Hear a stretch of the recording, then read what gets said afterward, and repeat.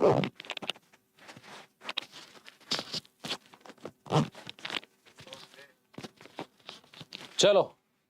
નમસ્કાર વિદ્યાર્થી મિત્રો, આપ તમામનું હાર્દિક સ્વાગત છે આજના આ સેશનમાં. એક વખત મને કન્ફર્મેશન આપજો કે હું તમને દેખાઉં છું, હું તમને સંભળાવું છું. I am audible and visible to you. જો બધું ડન છે, બધું બરોબર છે, તો પછી આપણે આ સેશન છે, સેશનને બહુ જલ્દી કેરી ઓન કરીએ. અને હું જોઈ રહ્યો છું કે હું લાઈવ થઈ ગયો છું, મતલબ મને હું તો દેખાઉં છું, હું તમને દેખાતો હોવો જોઈએ. સાથે સાથે મારો વોઇસ છે એકદમ ક્લિયર હોવો જોઈએ, બધું પરફેક્ટ હોય. પહેલા આપણે કન્ફર્મેશન લઈ લઈએ, એટલે વચ્ચેથી ક્યાંય જવન થાય નહીં. All clear? જય માતાજી, જય માતાજી. ચલો, રાધે રાધે, હર હર મહાદેવ. જય માતાજી, જય માતાજી.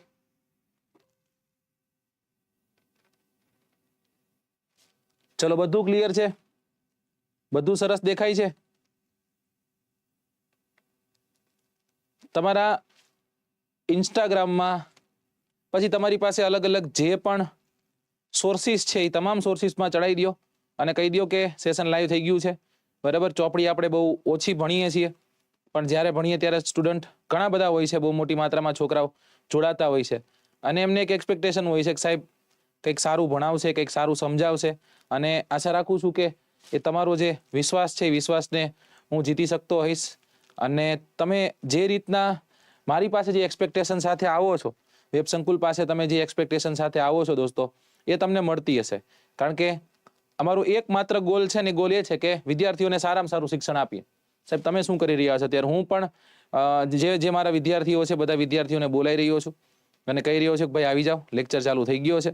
રાઈટ, સમય કોઈ પણ પ્રકારનો સમય છે, સમય વેસ્ટ કરવો જોઈએ નહીં, અને સીધે સીધા તમારે આ સેશનમાં જોડાઈ જવાનું છે. ચલો, મેં બરકી દીધા છે બધાને, તમે પણ બરકી દો બધાને. ઓકે, ચલો, કેટલા લોકો જોડાયા છો? 297 છોકરાઓની હાજરી છે. Okay, so let start the session. દોસ્તો, જો કદાચ તમે આ સેશનમાં નવા છો, આ સેશનમાં પહેલી વખત છો, જીસીઆરટી વાંચીને તમે આવ્યા છો, તો હું તમને કહી દઉં કે ચોપડી નામની એક આપણી સિરીઝ છે. આ ચોપડી નામની સિરીઝમાં હું તમને ચોપડી એટલે કે સામાજિક વિજ્ઞાન છે, સામાજિક વિજ્ઞાનને ભણાવવાનો પ્રયત્ન કરું છું. 6ઠા ધોરણ, 7મું ધોરણ, 8મું ધોરણ, 9મું ધોરણ, આ બધા ધોરણ આપણે ભણી ગયા છીએ. લગભગ બધાના 6, 7, 8 લેક્ચર થયા છે. અને આજે આપણે 10મા ધોરણના ચોપડીના સેશન નંબર 4માં આપણે આજે છીએ. અને આજે પણ આપણે 3 ચેપ્ટર છે, 3 ચેપ્ટરને આપણે કવર કરવાના છીએ. ઓકે, એક વખત જય હિન્દ આપી દો એટલે આજના સેશનની આપણે શરૂઆત કરી દઈએ. રાઈટ, બધા જેટલા પણ વિદ્યાર્થી જોડાયા છો એ જય હિન્દ આપી દો એટલે આજના સેશનની શરૂઆત કરીએ. ચોપડીનો એટલે કે સામાજિક વિજ્ઞાનનો લેક્ચર નંબર કેટલામો છે? લેક્ચર નંબર 4 છે. ચલો સર, પહેલો પ્રશ્ન, સીધો પહેલો પ્રશ્ન છે. પહેલો પ્રશ્ન તમારી સ્ક્રીન પર આવવાનો છે. સીધો પહેલો પ્રશ્ન છે તમારી સ્ક્રીન પર આવવાનો છે. એટલે તમારે આન્સર એનો આપવાનો થશે. ઓકે, ચલો, ઓકે, સરસ. પહેલો ક્વેશ્ચન છે ને, પહેલા ક્વેશ્ચનમાં કંઈક એવું પૂછ્યું છે કે ભારતીય કૃષિ સંશોધન પરિષદ, જેને આપણે કહીએ છીએ ICAR, એના દ્વારા ભારતની જમીનને કેટલા પ્રકારમાં વહેંચવામાં આવી છે? આ પ્રકાર છે 6, 5, 7 કે 8. ચલો, સાચો આન્સર શું છે જો?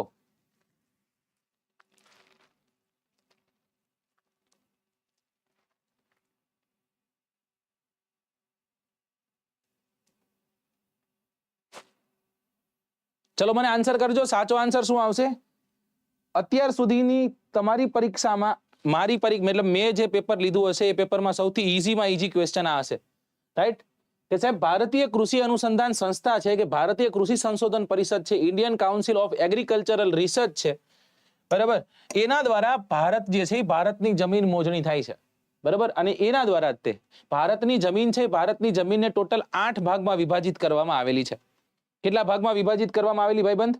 8 ભાગમાં વિભાજિત કરવામાં આવેલી છે. એટલે તમે તરત કહેશો કે સાહેબ એ તો બધું ઠીક છે, પણ આ 8 ભાગ કયા કયા છે એ તમારે કેવું પડશે ને. હા, વ્યવહારિક વાત છે, મારે તમને સમજાવવું પડશે. કોના દ્વારા છે? તો કે ICAR દ્વારા છે. સાહેબ, ICAR નું ફૂલ ફોર્મ બધા એક વખત ટાઈપ કરો. બધા એક વખત ICAR નું પૂરું નામ લખી નાખો છો. ICAR નું પૂરું નામ શું છે? બધા જેટલા પણ લોકો જોડાયા છો બધા એક વખત પૂરું નામ લખી નાખશો. Indian council of agricultural research. શું છે? Indian council of agricultural research નામની સંસ્થા છે. એના દ્વારા ભારતીય જમીનને કેટલા ભાગમાં વહેંચવામાં આવી છે? તો ભારતીય જમીનને ટોટલ 8 ભાગમાં વહેંચવામાં આવેલી છે. સાહેબ, આ 8 ભાગ કયા કયા છે? આ 8 ભાગ કયા કયા છે? તો આ 8 ભાગ તમને ખ્યાલ હોવા જોઈએ.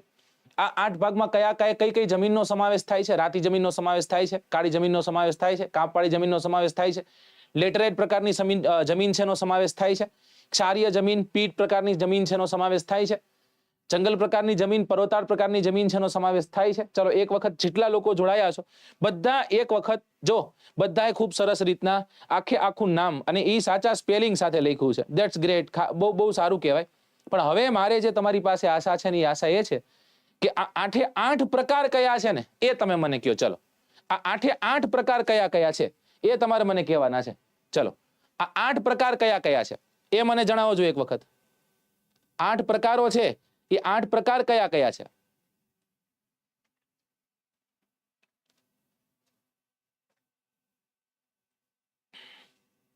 ઓકે,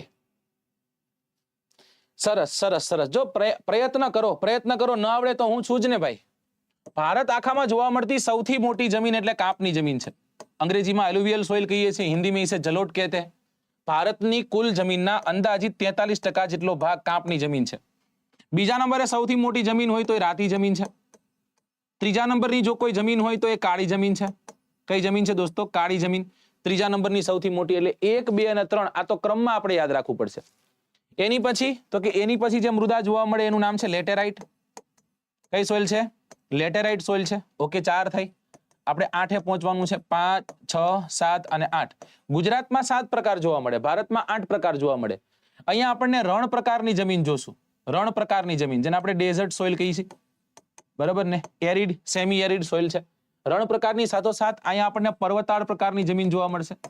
અને પર્વતાળ પ્રકારની જમીન જોવા મળશે. પર્વતાળ પ્રકારની જમીન, પર્વતીય જમીન જે તમે કહો. પછી છે જંગલીય જમીન અથવા તો જંગલ પ્રકારની જમીન.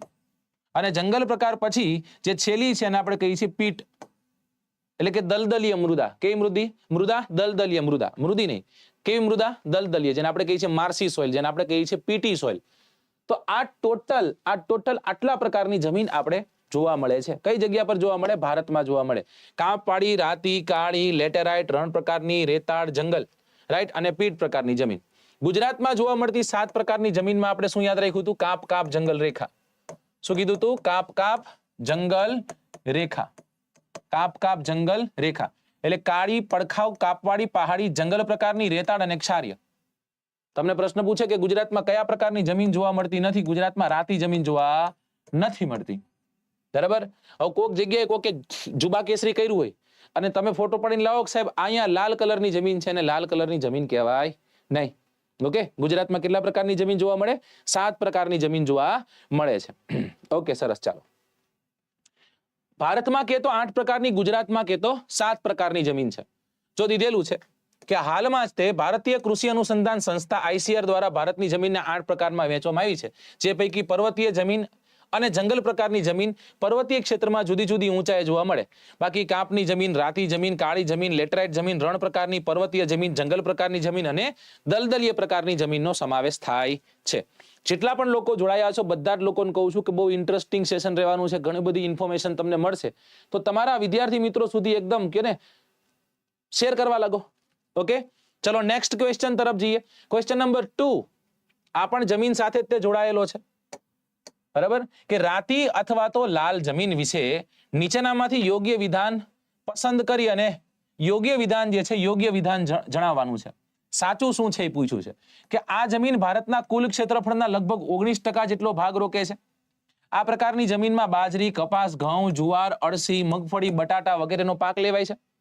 આ પ્રકારની જમીનમાં ફેરિક ઓક્સાઇડની હાજરીને કારણે તેનો રંગ લાલ રંગનો હોય છે. તેથી તેની નીચે જતા આ જે પીળા રંગમાં તે ફેરવાતો જતો હોય છે. ઉપરનું જે પડ છે એ રાતા રંગનું છે. જેમ જેમ નીચે જાવ એમ એ પીળાશ પડતું આપણને પડ જોવા મળે છે. તો આમાં સત્ય શું છે એ ગોતવાનું છે, યોગ્ય ગોતવાનું છે. ABCD એવી રીતના આન્સર આપવાનો છે. અને આશા રાખું છું કે બીજામાં A, બીજામાં B, બીજામાં D એવી રીતના તમે આન્સર આપશો. ચલો, A, B, C કે D?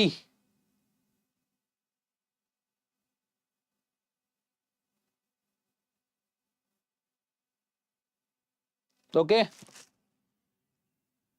ABCD. ઓકે, ચલો લગભગ લોકો છે એ લગભગ લોકો સરકારી આન્સર આપે છે. સરકારી એટલે ઓલું વાગે એ નહીં, એ તો ટ્યુન છે. સરકારી આન્સર નો મતલબ કે ઉપરના તમામ બધા સાચા છે. અને ખરેખર બહુ સારી મહેનત કહેવાય કે વિધાનાત્મકમાં નાખ્યું છે. થોડા કન્ફ્યુઝ કરવા માટે કપાસ નાખ્યો એટલે લોકોને એમ થાય કપાસ કાળી નથી આ એમ કરીને જવાબ લાવે. પણ દોસ્તો બાજરી, કપાસ, ઘઉં, જુવાર, અળસી, મગફળી, બટાટા બધા અહીંયા થાય. આ પ્રકારની જમીન જે છે જમીન 19% જેટલી ભારતના કુલ ક્ષેત્ર વિસ્તારમાં ભારતના ક્ષેત્ર વિસ્તારમાં જોવા મળે. અને આ જમીનમાં ફેરિક ઓક્સાઇડની હાજરી છે, એના કારણે એનો રંગ કેવો છે? રાતો છે. તથા નીચે જેમ જતા જઈએ એમ એ રંગ જે છે એ રંગ પીળામાં ફેરવાતો જાય છે. તો આવી રીતના કંઈક આ આન્સર 1, 2 and 3 છે એ સાચું હતું. કઈ જમીનની વાત કરી? લગન કોના હતા ભાઈ? લગન કોના હતા? લગન હતા એક જમીનનું નામ શું હતું? જમીનનું નામ હતું રાતી જમીન, જેને આપણે રેડ સોઇલ કહેશું. શું કહેશું? રેડ સોઇલ કહેશું. ઓકે, આ રાતી જમીન ક્યાં જોવા મળે? પહેલા તો રાતી જમીન ભારતના કયા ક્ષેત્ર વિસ્તારમાં જોવા મળે? તો દ્વીપકલ્પીય ભારતમાં આપણને જોવા મળે છે. દ્વીપકલ્પીય ભારત સાથોસાથ મધ્ય ભારતમાં આપણને જોવા મળે છે.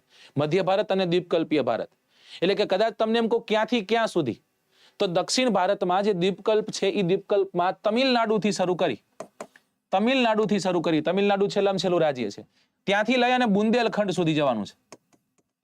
કારણ કે બુંદેલખંડની ઉપર છે ને દોસ્તો આ પ્લેટિયું ખતમ થઈ જાય. દ્વીપકલ્પ જે શું કહેશું આપણે, એને આપણે કહીશું પઠાર, રાઈટ, ખતમ થાય છે ત્યાં. અને એ ખતમ થતા એટલે કે ઉચ્ચ પ્રદેશ ખતમ થાય છે એટલે ઉપર આપણને જોવા મળશે વિશાળ મેદાનો, ઉત્તર ભારતના વિશાળ મેદાનો, જે જગ્યા પર આપણને કાપની જમીન જોવા મળશે. તો તમિલનાડુથી લઈ અને બુંદેલખંડ સુધી જઈએ છીએ. આ તો સાહેબ ઉત્તર દક્ષિણની વાત થઈ. પૂર્વ પશ્ચિમમાં જઈએ તો પૂર્વમાં રાજમહાલની પહાડી આવેલી છે. રાજમહાલની પહાડી પછી તમે કદાચ પશ્ચિમ બંગાળમાં જાઓ તો ત્યાં કાપની જમીન જોવા મળે, ક્ષારીય જમીન જોવા મળે, પીટી જમીન જોવા મળે, આવું કંઈક જોવા મળે. તો એ પૂર્વમાં રાજમહાલની પહાડીથી શરૂ થઈ અને છેક ક્યાં સુધી ફેલાયેલી છે? કચ્છ સુધી ફેલાયેલી છે. કેટલા ટકા છે? તો કે ક્ષેત્રફળના 19% જેટલો ભાગ આ જમીન રોકે છે. આ જમીન રાતી છે એનું કારણ શું છે? રાતા રંગની જમીનનો રંગ રાતો શું કામ છે? તો કે એ છે ફેરિક ઓક્સાઇડના કારણે. કેના કારણે દોસ્તો? ફેરિક ઓક્સાઇડના કારણે આનો રંગ રાતો છે. કેનો રંગ રાતો છે? રેડ સોઇલનો. એટલે કે રાતી રંગની જમીનનો રંગ રાતો કેમ છે? તો કે ફેરિક ઓક્સાઇડના કારણે. આ જમીનમાં તમને ચૂનો જોવા મળશે, કાંકરા જોવા મળશે, તમને કાર્બોનેટ જોવા મળશે. આ બધી વસ્તુની તમને હાજરી જોવા મળશે. સાથે સાથે મેગ્નેશિયમ છે, ફોસ્ફેટ છે, નાઇટ્રોજન છે, પોટાશ છે, આ બધાની ઉણપ પણ જોવા મળશે. પાક કયા કયા લેવાય છે? તો કે બાજરી છે, કપાસ છે, ઘઉં છે, જુવાર છે, આવા બધા પાકો આ પ્રકારની જમીનમાં લેવાતા હોય છે. ઓકે, હવે જે કવિએ તમને ભણાવ્યું એ પછી ફરી એક વખતે બાજુમાં કંઈક એક્સપ્લેનેશનમાં હશે જ તે. એટલે મજા ચોપડીની એ છે કે તમે આન્સર અહીં દેશો, તમને આવડતું હશે, ફરી એક વખત 2 વખત તો રિવિઝન હું અહીં નહીં કરાવી નાખીશ. રેડ રાતી સોઇલ, રાતી અથવા તો લાલ રંગની જમીન છે ભારતના કુલ ક્ષેત્રફળના લગભગ એટલે કે અંદાજિત 19% જેટલા ક્ષેત્રફળમાં ફેલાયેલી છે. દક્ષિણના દ્વીપકલ્પમાં તમિલનાડુથી શરૂ કરી અને ઉત્તરમાં બુંદેલખંડ સુધી, પૂર્વમાં રાજમહાલની ટેકરીઓથી શરૂ કરીને પશ્ચિમમાં કચ્છ સુધી વિસ્તરેલી છે. રાજસ્થાનમાં પણ કેટલાક વિસ્તારમાં આ પ્રકારની જમીન જોવા મળે છે. ફેરિક ઓક્સાઇડના કારણે આનો રંગ રાતો છે તથા તે નીચે જતા પીળા રંગની બનતી જાય છે. આ જમીનમાં ચૂનો, કાંકરા, કાર્બોનેટ જે છે એ મળી આવતા નથી. બરાબર, મેં કીધું તું છે, નથી આવે. બરાબર, અને મોટે ભાગે આ જમીનમાં મેગ્નેશિયમ છે, ફોસ્ફેટ છે, નાઇટ્રોજન છે અને પોટાશ છે ને આપણને ઉણપ જોવા મળે. શું જોવા મળે? ઉણપ જોવા મળે. આ પ્રકારની જમીનમાં બાજરી, કપાસ, ઘઉં, જુવાર, અળસી, મગફળી અને બટાટા વગેરે પાકો લેવાય છે. રાતા રંગની જમીન આવી કંઈક હોય. ઓકે, ચલો નેક્સ્ટ ક્વેશ્ચન નંબર 3.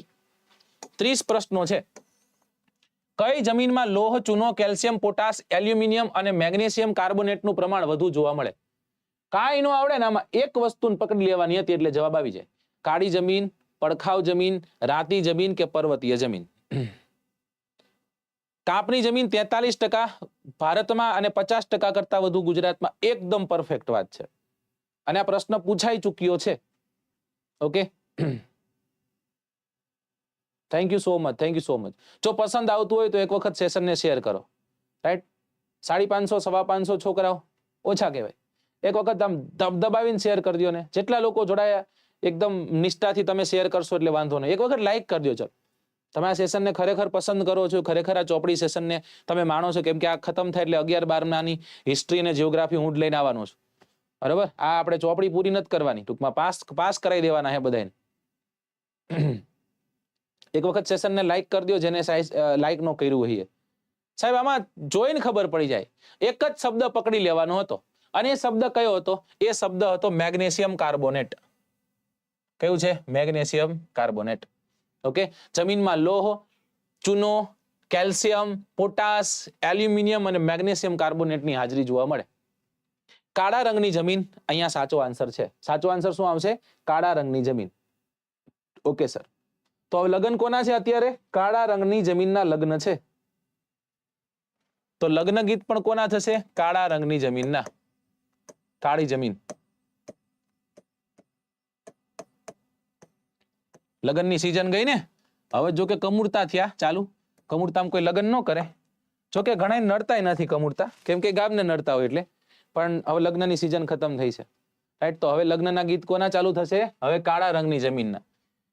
ભારતમાં જોવા મળતી ત્રીજા નંબરની સૌથી મોટી જમીન. ત્રીજા નંબરની સૌથી મોટી જમીન છે. અંદાજિત 15% જેટલો ભાગ આ કાળા રંગની જમીન ધરાવે છે. સાહેબ, આ કાળા રંગની જમીન મુખ્યત્વે ક્યાં જોવા મળે છે? મુખ્યત્વે આપણને દ્વીપકલ્પીય ઉચ્ચ પ્રદેશમાં જોવા મળે છે. ક્યાં જોવા મળે છે? દ્વીપકલ્પીય ઉચ્ચ પ્રદેશ.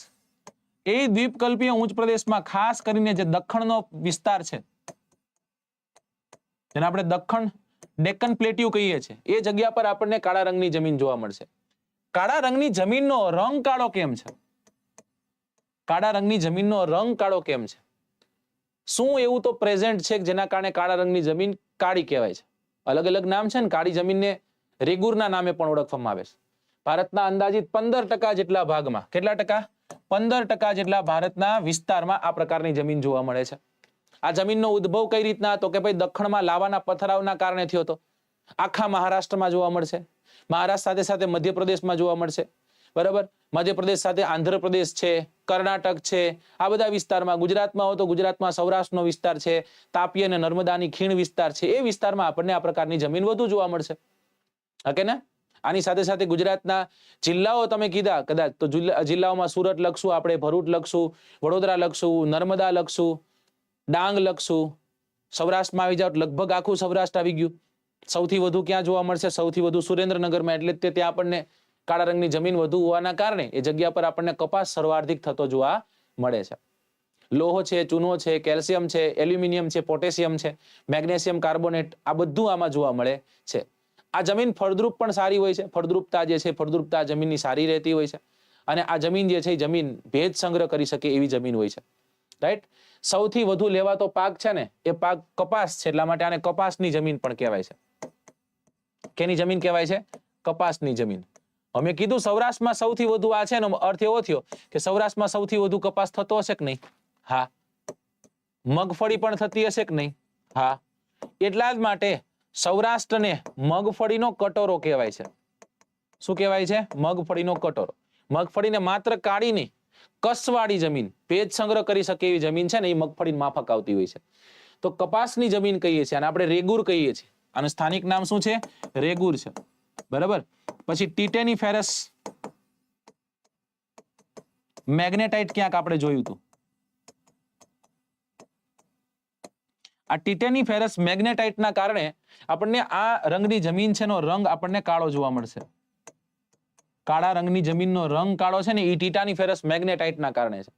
ક્યાંક આ શબ્દ સાંભળ્યો હશે, મેગ્નેટાઇટ. સાહેબ, શબ્દ સાંભળ્યો હશે. મેગ્નેટાઇટ એટલે એક લોખંડનો પ્રકાર હતો. લોખંડના જે 4 મુખ્ય પ્રકારો છે, એમાં હિમેટાઇટ, મેગ્નેટાઇટ, લિમોનાઇટ અને સિડેરાઇટ છે.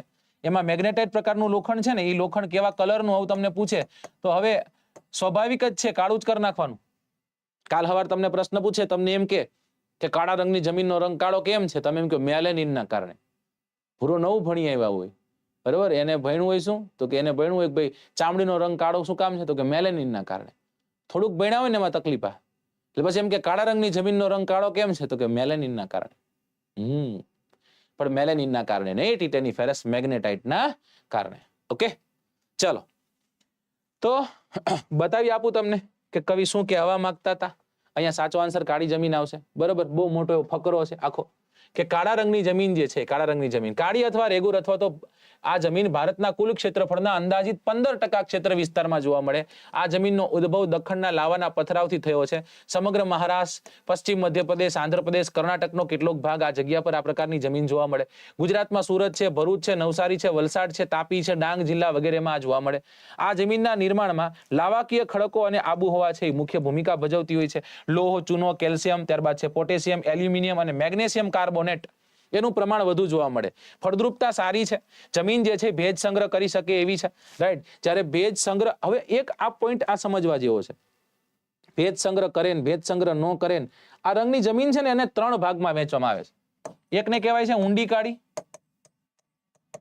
એકને કહેવાય છે મધ્યમ કાળી અને એકને કહેવાય છે છીછરી કાળી. હવે સ્વાભાવિક છે કે આ શબ્દ ઉપરથી ખબર પડી જશે કે કઈ કાળી ઓછી ફળદ્રુપ હશે. છીછરી આ ઓછી ફળદ્રુપ છે, બરાબર. આમાં ફળદ્રુપતા છે જેવી છે. સૌથી સારી ફળદ્રુપ જમીન કઈ છે? ઊંડી કાળી જમીન છે. હવે આ જમીનમાં શું થાય છે? આ જમીનમાં જ્યારે વરસાદ પડે ને, આ જમીનમાં જ્યારે વરસાદ પડે છે ત્યારે આ જમીન કેવી બને છે? પોચી બને છે. પણ જેવો પછી સુરત દાદો પડે, રાઈટ, એટલે સૂર્યપ્રકાશ પડતા આ જમીનમાં શું પડે છે? ચીરા પડે છે. અને આ ચીરા પડતા હોવાના કારણે, ચીરા પડતી હોવાના કારણે આ જમીનને આપણે શું કહીએ છીએ? આ જમીનને સ્વયં ખેડાતી જમીન કહીએ છીએ. કેવી જમીન કહીએ છીએ? સ્વયં ખેડાતી જમીન. એટલે કવિ એમ કે સાહેબ આને એને શું લાગે વળગે? સ્વયં ખેડાતીમાં ને એમાં ખેડવાનો અર્થ શું? કે કોઈ ખેતર છે, ખેતરમાં વરસાદ આવ્યો, પાણી ભરાઈ રહ્યું, પાણી વીવું ગયું, પછી ખેતર ચેક કરવા જાય ખેડૂત કે આમાં હાંકવા જેવું છે કે નહીં, પછી પાછળ ઓલું બાંધી અને ખેતરમાં ટ્રેક્ટર ચલાવે, બરાબર. એ ટ્રેક્ટર ચલાવે ત્યારે અંદર જે ઓલી રાપ જાય ને, બ્લેડ જેવું જે હોય, બરાબર, એ શું કરે છે? એ અંદર રહેલા 1 ફૂટ 2 ફૂટ 1 ફૂટ જેટલું અંદર એ જાય અને એ 1 ફૂટ અંદર રહેલી જે જમીન છે, જમીનને ઉપર નીચે કરે. નીચેની જમીન ઉપર, ઉપરની જમીન નીચે, બરાબર. આવું. અને બંધારણ જે છે એનું કેવું થોડુંક આમ છૂટું કરી નાખે. આના જ કારણે નાઇટ્રોજન જે છે, નાઇટ્રોજનની સ્થિરતા થશે ત્યાં, બરાબર. નાઇટ્રોજન જે છે એ નાઇટ્રોજન અંદર ભળશે, સાથોસાથ સૂર્યપ્રકાશ ભળશે, બરાબર. બાકી તમે જો તો ઉપર જમીન છે, એ જમીન ઉપર તમે પાણી બાણી નાખ્યું હોય, ઉપર નક્કોર પડ બની ગયું હોય, નીચેના ભાગમાં સૂર્યપ્રકાશ નથી જઈ શકવાનો, રાઈટ. તો આવું ચીરા પડે ને ત્યારે થાય. ચીરા પડ્યા, આ ચીરા પડ્યા લ્યો અમે બતાવ્યા, અમે તમને સાઈડમાં ચીરા પડ્યા બતાવ્યા, આમ ઉપરથી નહીં, સાઈડમાંથી. તો જોવો જોઈએ, આ ચીરા પડે છે તો આ સૂર્યપ્રકાશ જઈ શકશે, નાઇટ્રોજન જઈ શકશે. તો જે ખેડવામાં, ખેતર ખેડવાનો જે કોન્સેપ્ટ છે દોસ્તો, એ આ જમીન ઓટોમેટિકલી કરી નાખે છે. એટલે એને કહીએ છીએ સ્વયં ખેડાતી જમીન. કેવી જમીન? સ્વયં ખેડાતી જમીન. ઓકે, ચલો સરસ. એક વખત શેર કરી દો ને એક વખત લાઈક કરી દો. જેટલા લોકોની હાજરી છે ને એટલી લાઈક નથી દોસ્તો. દુઃખ લાગ્યું? દુઃખ તો નથી લાગ્યું? કેમ કે ઘરના છે એટલે દુઃખ ન લગાડવાનું હોય, કે પણ હકથી કહેવાનું હોય, શેર કરી દો. Question number 4 on your screen. 4 નંબરનો પ્રશ્ન તમારી સ્ક્રીન પર આવી અને ડોકું કાઢી રહ્યો છે. એમાં કવિ શું પૂછી રહ્યા છે? તો કે એમાં કવિ પૂછી રહ્યા છે કે જમીન ધોવાણ અટકાવવાના ઉપાયોમાંથી નીચે પૈકી કયો ઉપાય નથી? જમીન પર ચારણ પ્રવૃત્તિઓ જે છે એને નિયંત્રણ કરવી, પડતર જમીન છે એ પડતર જમીનમાં વૃક્ષોનું વાવેતર કરવું, રાઈટ. પાણી જે છે એ પાણીના ખાલી જગ્યા પડેલા હોય ત્યાં આપણે શું કરવું છે? આડબંધ બાંધવા. આ ખાલી જગ્યાએ તમારે મને કહેવાનું છે. અને પાણીનો વેગ જે છે એ વેગ વધારવો અને ખેતરમાં ઊંડી ખેડ કરવી. ચલો, આમાં કદાચ તમે ત્રીજું પકડી શકશો નહીં. કે ત્રીજું શું કહેવા માંગે છે? તો કે પાણીના જે વહેડા જે છે એ વહેડામાં પડેલા, પાણીના વહેડા જે છે એ વહેડામાં પડેલા, પાણીમાં વહેડા પડેલા હોય ત્યાં આડબંધ બનાવવા, જમીન પર ચારણ પ્રવૃત્તિઓને નિયંત્રિત કરવી, પડતર જમીનમાં વૃક્ષોનું વાવેતર કરવું, પાણીના વહેડા પડેલા હોય ત્યાં આડબંધ બાંધવા અને પાણીનો વેગ વધારવો અને ખેતરમાં ઊંડી ખેડ કરવી. ચલો, okay, do like the session? એક વખત સેશન લાઈક કરી દો. ચલો, ABCD સાચો આન્સર શું છે? સરકારી, હે ને? ખરેખર આપણે સરકારી નહીં કહેવાનું, આપણે કહેવાનું ટાણાણાણાણાણાણ, કારણ કે સરકારી ટ્યુન છે ને. આમાં એમ પૂછ્યું છે કે નીચેનામાંથી કયું નથી. આમાં ક્યાં ઉપરના તમામ દીધેલું જ છે, પણ સરકારીમાં આપણે આન્સર ડી લેતા હોય. ઉપરના તમામ એટલે આન્સર ડી માં લગભગ એવું લખેલું હોય છે કે પાણીનો વેગ વધારવો અને ખેતરમાં ઊંડી ખેડ કરવી. એ ભાઈ એસા તો કહાં પર હે? જોઈ લઈએ. જો જમીન ધોવાણ છે એ જમીન ધોવાણ જો કદાચ અટકાવવું હોય તો એ જમીન ધોવાણ અટકાવવા માટે જમીન ધોવાણ અટકાવવાના ઉપાયો, જમીન પર ચારણ પ્રવૃત્તિઓ જે છે એને નિયંત્રણમાં લેવી, ત્યારબાદ ઢોળાવવાળી જમીનોમાં સમોચ્ચ રેખા પગથિયાઓ જે છે એ પગથિયાઓ બનાવવા, અને એ પગથિયાઓમાં આપણે શું કરવું દોસ્તો, તો કે એમાં જ તે આપણે વાવેતર કરવું, રાઈટ? શું કરવાનું છે? પગથિયા જે છે એ પગથિયામાં આપણે વાવેતર કરવાનું છે. પછી પડતર જમીનમાં વૃક્ષોનું વાવેતર કરવું, આ સાચી વાત હતી, આ હતી. પાણીના વહેડા પડેલા હોય એ જગ્યા પર આડબંધ બનાવવા, અને પાણીનો વેગ ધીમો પાડવા ઢાળવાળા ખેતરોમાં ઊંડી ખેડ કરવી. ઓપ્શન જોયા તો ઓપ્શનમાં શું હતું? ઓપ્શન ડી શું કહેતું હતું? ઓપ્શન ડી કંઈક ઊંધું કહેતું હતું. શું કહેતું હતું? કે પાણીનો વેગ વધારવો. પાણીનો વેગ વધારવો નહીં ભાઈ, પાણીનો વેગ ધીમો પાડવા માટે ઢાળવાળા વિસ્તારો છે એમાં ખેતરમાં ઊંડી ખેડ કરવી. જો પાણીનો વેગ વધારી દઈ તો હમ લઈને હમ કરીને પાણી વીયું ગયું, બરાબર, જે તે જગ્યાએ વહી જશે. તો આ પાણી સ્થાયી કઈ રીતના બનશે? નહીં બની શકે. ઓકે, ચલો.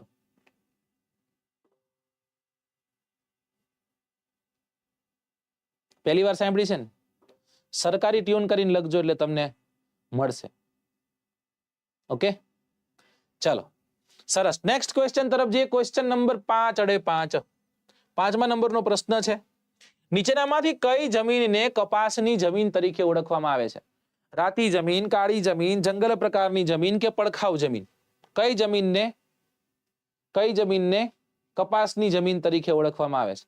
આનાથી ઈઝી ક્વેશ્ચન ન હોઈ શકે આજના સેશનનો. એકદમ લલુપંજુ ક્વેશ્ચન પૂછ્યો છે. ઓકે, વધુ સમય નથી લેતો. કાળી જમીનને આપણે શું કહીએ છીએ? કાળી જમીનને આપણે કહીએ છીએ બ્લેક કોટન સોઇલ. આવી જ રીતના સાથે જ બોલીએ છીએ. ઓકે, ક્વેશ્ચન નંબર 6, નીચેનામાંથી કઈ જમીન ભીની થાય ત્યારે માખણ જેવી મુલાયમ અને સુકાય ત્યારે સખત બની જાય છે? પડખાવ જમીન, કાળી જમીન, દલદલીય જમીન અને રાતી જમીન. ઘણા લોકો એવા હોય, બરાબર ને? લોકોના બે પ્રકાર હોય, એક આમ સખત ફૂફાડા જ મારતો એવો, અને એક માણસ છે ને એ માણસ ભાવનો ભૂખો હોય. ઘણા લોકો છે ને બહુ સેન્સિટિવ હોય, એની પાસે જઈને તમે એને હગ કરો ને તો રોવા માંડે, હું કરીને ચાલુ થઈ જાય. કારણ કે એને આત્મીયતા મળી હોય. બે રીતના હોય, એક આત્મીયતા એને ન મળતી હોય ને મળી હોય, અને એક પછી એને ટેવ પડી ગઈ હોય આવી. તો આમાં એવું પૂછ્યું છે કે સુકાઈ સખત બનવું. ખરેખર કેવું બનવાનું? આપણે સખત બનવું. નીચેનામાંથી કઈ જમીન ભીની થાય ત્યારે માખણ જેવી મુલાયમ અને સુકાય ત્યારે સખત બની જાય છે? ફોરેસ્ટ ગાર્ડનો સિલેબસ બતાવો. જેવો માર પાસે આવે ને એટલે સીધો મિસ કોલ પેલો તમને મારીશ, રાઈટ? કે આવી ગયો હે, કોઈને કહેતા નહીં. આપણા બે વચ્ચે વાત રાખજો, એવી રીતના હું તમને કહી દઈશ. ઓકે, ચલો. આમાં સાચો આન્સર છે પડખાવ જમીન. કઈ જમીન છે? પડખાવ. સાહેબ અમે આવું કઈ સાંભળ્યું છે, તમે સાંભળ્યું એ ભાવ ખાવ છે, બરાબર? એવા પ્રાણીઓ તમને મળશે ક્યાંક. આ છે પડખાવ. કયું છે? પડખાવ. અને આ પડખાવ જે જમીન છે, આ પડખાવ જમીનને આપણે બીજા કયા નામે ઓળખીએ છીએ? આને આપણે ઓળખીએ છીએ લેટેરાઇટ.